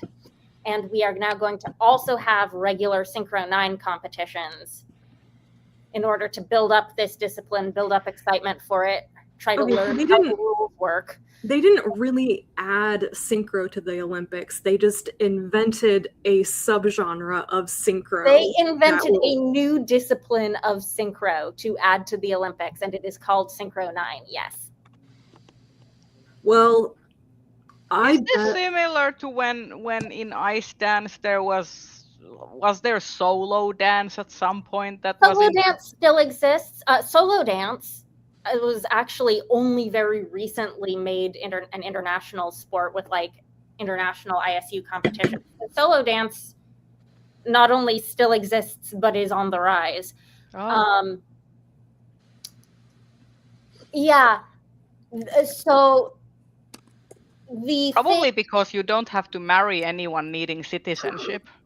The thing that I am kind of most mad about get partners. the Synchro 9 thing, apart from the absolute bafflement of the fact that they're willing to announce a new Olympic sport that has not yet had a single competition. The first competitive like annual cycle is going to be a disaster. Well, probably because they're going to, well, not a disaster, but they're going to be ironing out everything. Like it's kind of like the first time you put anything anywhere. Like just saw what happened with the hip hop being like breakdance and hip hop being like introduced as an Olympic sport, and the absolute mayhem of like. Was that permanently added? I expect that the ISU will do a better job at Synchro 9, hosting international competitions, getting the federations to figure out how they're selecting their athletes for their teams and stuff. Like this is going to be better handled than the breakdancing thing was. Yeah, and that was basically each Olympics has the ability to add like special sports, but it isn't permanent. So that's why like with the Tokyo Olympics, they brought back baseball and softball, but they weren't there for the Paris Olympics. And this year, the special sports, or the next one that they're adding for LA, I believe, are flag football and lacrosse. Interesting. So, but it is not like in the Hugo Awards where a special category can have the chance to become a permanent category. But it is a much longer process. I think I think baseball and softball are like two that they keep going back and forth on, just because like Japan, like Latin American countries, Japan, South Korea, and the US, like baseball is really big, but it is a lot of athletes. So part of the whole announcement of Synchro 9 is that it was going to be part of this initiative on behalf of the IOC to bring gender parity to the Winter Olympics, which leads to the thing that I hate most about this announcement, which is that it apparently Synchro 9 is only going to be open to women, which I hate so much, because one of the things I like most about Synchro is that it's a mixed gender sport. Like co-ed? Yes. How is it going to fix the gender parity? Because what the Winter Olympics needed to do is add female athletes. For the Winter Olympics overall, not gender for parity for the ice. Winter Olympics overall, because Winter Olympics has historically had more male athletes than female athletes. I wonder why. So they added Synchro 9 and said girls only, which sucks because there's no reason for Synchro to have gender restrictions. It's not something where the gender composition of the team gives you a significant advantage or disadvantage. Yeah, Yeah, I would imagine that that is there's no just- jumps or like these kinds of like There is super some jumps that people are speculation that doing. Synchro 9 will end up having more jumps than regular Synchro because there might be like singles athletes who might want to try doing Synchro 9 to get to the Olympics who wouldn't have wanted to do regular Synchro. So we might end up getting more single skaters trying to do Synchro 9 to get to the Olympics. Remains to be seen how that's going to work out. But in regular Synchro, like it is mostly women because there are way more women who want to do competitive figure skating than men, and that's one outlet for them to do competition. But you know, sometimes there are some guys on your Synchro team, and sometimes there aren't, and it makes no difference. And that's one of the things I like about Synchro. Well, one thing how gender parity can be fixed in sports is I doubt there are any sports organizations listening, but fund women's sports to the same extent that you fund men's sports. Easy peasy. Condition girls from a young age to participate in sports. Also, it's almost like the issue is of sports attendance is systemic. My agenda with gender and figure skating specifically is that dance and pairs should be gender neutral. You should be able to have same-sex teams in dance and pairs. And I genuinely think there's no reason not to. And it would have been good, I think, to be able to feature a you know, co-ed discipline of figure skating at the Olympics to show that it's possible. And I am mad that that's not going to happen. There was actually, in Finland, there was recently a same-sex ice dance couple, and they made the news. Finland and Canada are the two figure skating federations that have allowed same-sex dance and I think also pairs couples in domestic competitions, but they can't compete internationally. So your Finnish team, they're very young at this point. I don't know if there's anyone in Canada yet who's competing even at the level that Finnish team are, but if they stay together, like they are a trial case that the ISU will be watching to see as they, you know, move up and develop in their skating, you know, how it works out in competition in Finland. And if it works well, hopefully we can get it internationally. But I still think that in dance in general, not just figure skating, but in dance in general, I have personally liked seeing the whole concept of like we're not talking about men's parts or women's parts anymore. It's now leads and whatever is the word for the person being led. Leads and follows, which I think makes much more sense.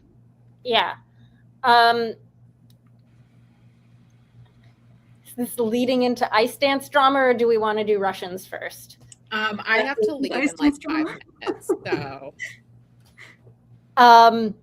I guess we can very briefly touch on Russians and Belarusians will both be allowed back into international figure skating competitions this coming season as neutral athletes like they were at the Olympics. They will be able to go to like international challenger series events, try to get minimums for Europeans and worlds. I think each Russia and Belarus will have one spot each potentially for Europeans and worlds. And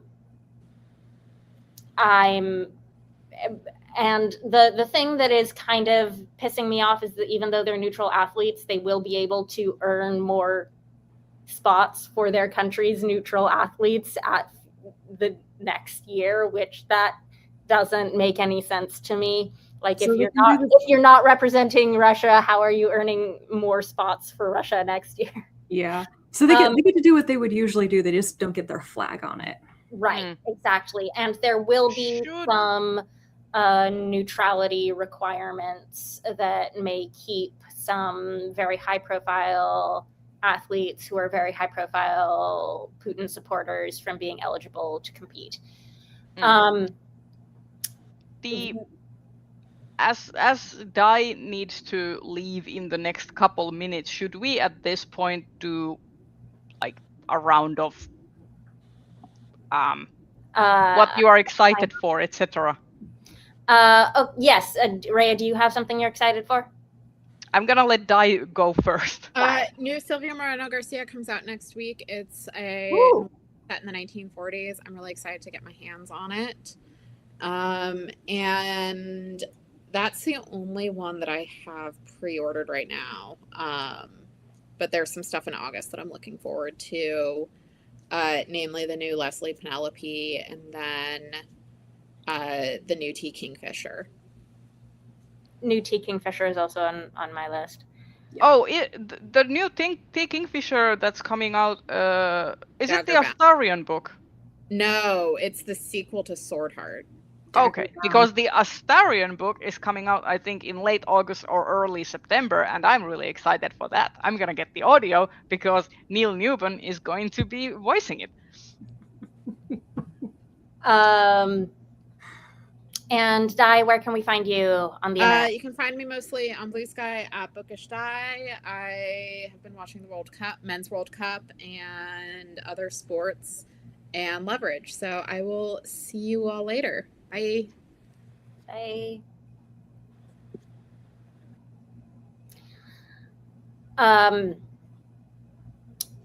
Now, do we want to do I Stance drama?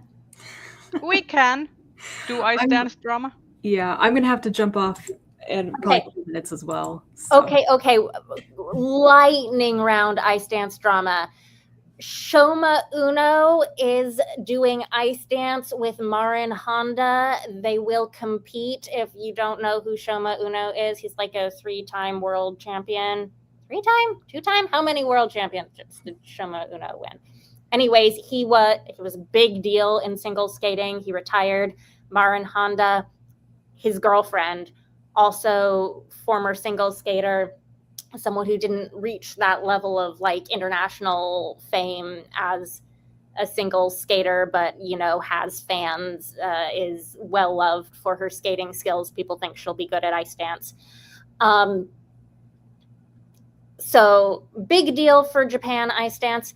Canada partner shuffle. We have the new partnerships after all the old ones split. You remember that the team that was skating for Korea, Hannah Lim and Ye Kwan, split up. The Canadian team, Marjorie Lajoie and Zachary Laga, split up. We now have Hannah Lim and Zachary Laga skating for Canada. We have Marjorie Lajoie and Jean-Luc Baker also skating for Canada.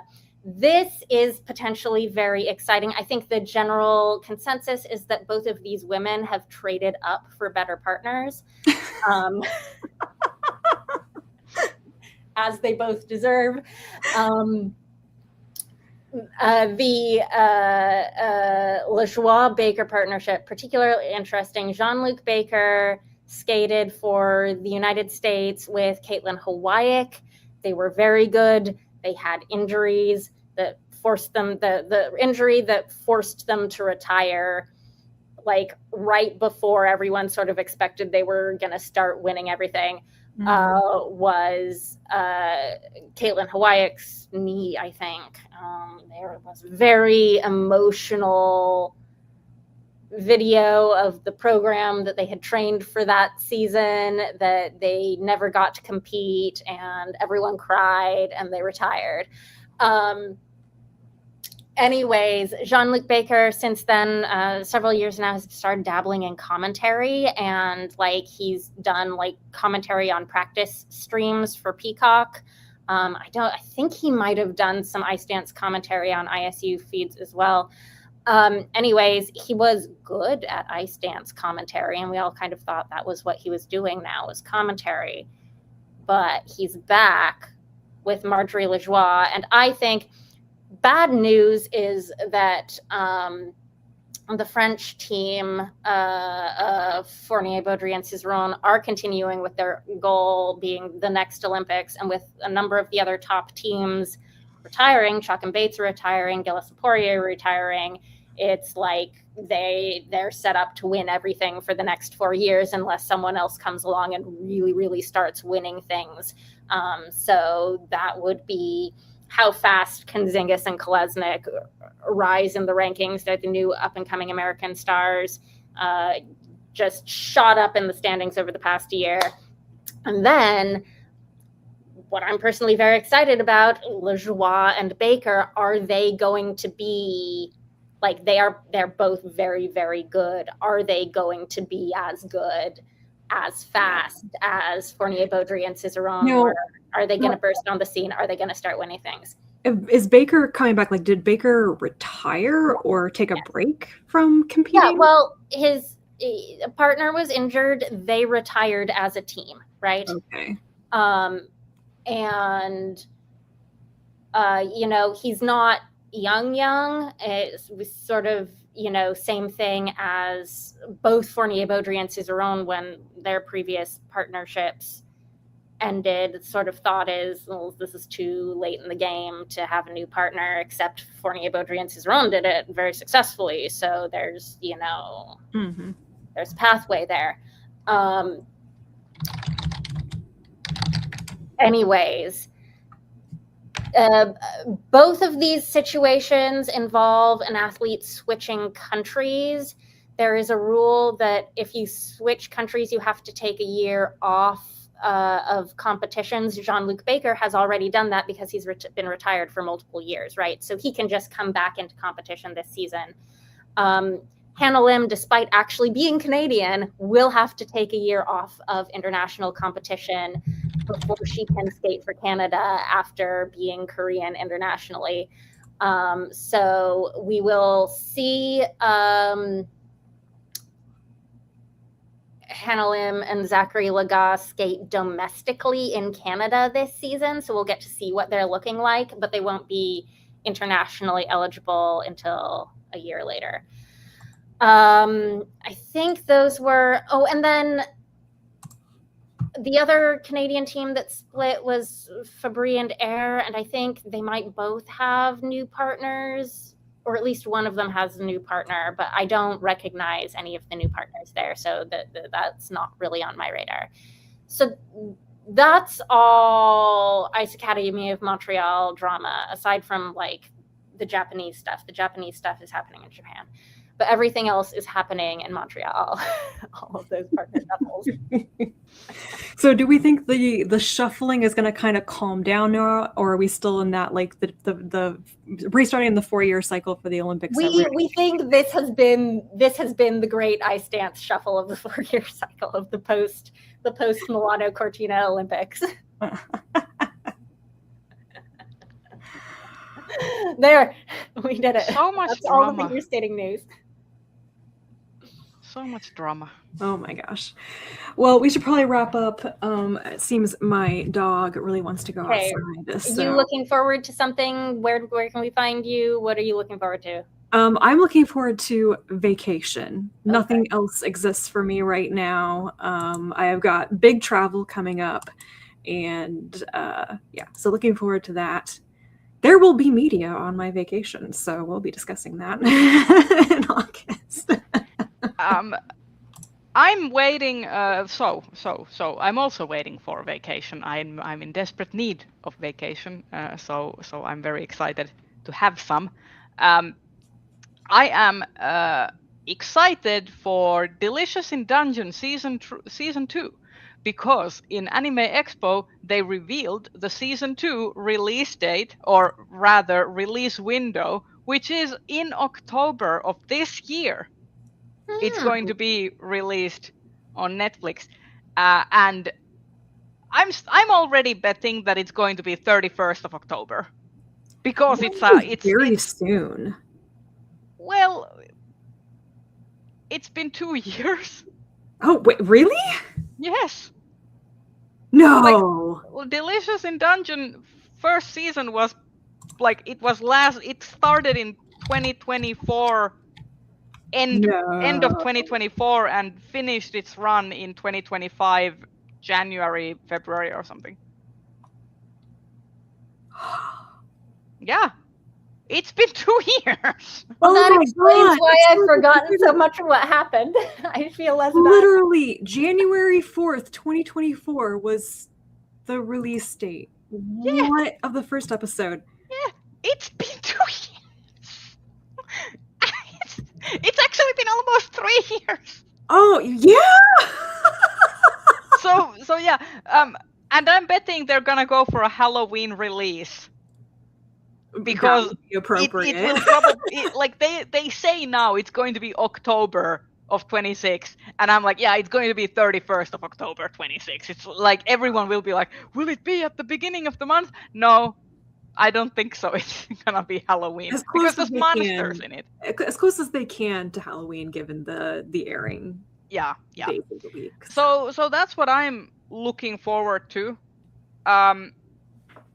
I'm also really looking forward to. There's this book that's coming out. Let me just very quickly find it. So it is Our Cut of Salt by Dina Helm, which is a Palestinian author, and this is essentially a haunted house story that, like, essentially is kind of like on a similar vein of the Fall of the House of Usher, and kind of like where the house is kind of the thing that is doing the haunting, essentially like a cursed house, and it should be essentially like commentating on occupation and kind of like cultural erasure and the like. So it, like, from what I understand, it should be coming out, or it has just come out, so I'm very much looking forward to reading that when I get my grubby little hands on it. So yeah. And you can find me on my channel, The Bookfinch, where I do my part of hosting the Bitches every so often. And I am just going to, for my anticipated things, direct people to my anticipated releases video for the second half of the year, which is my most recently posted video on my channel. And say you can find me here on my channel. You can find me on Blue Sky. You can find me on Mastodon. That all? Hope everyone's having a very nice day. That's all. Bye. Bye.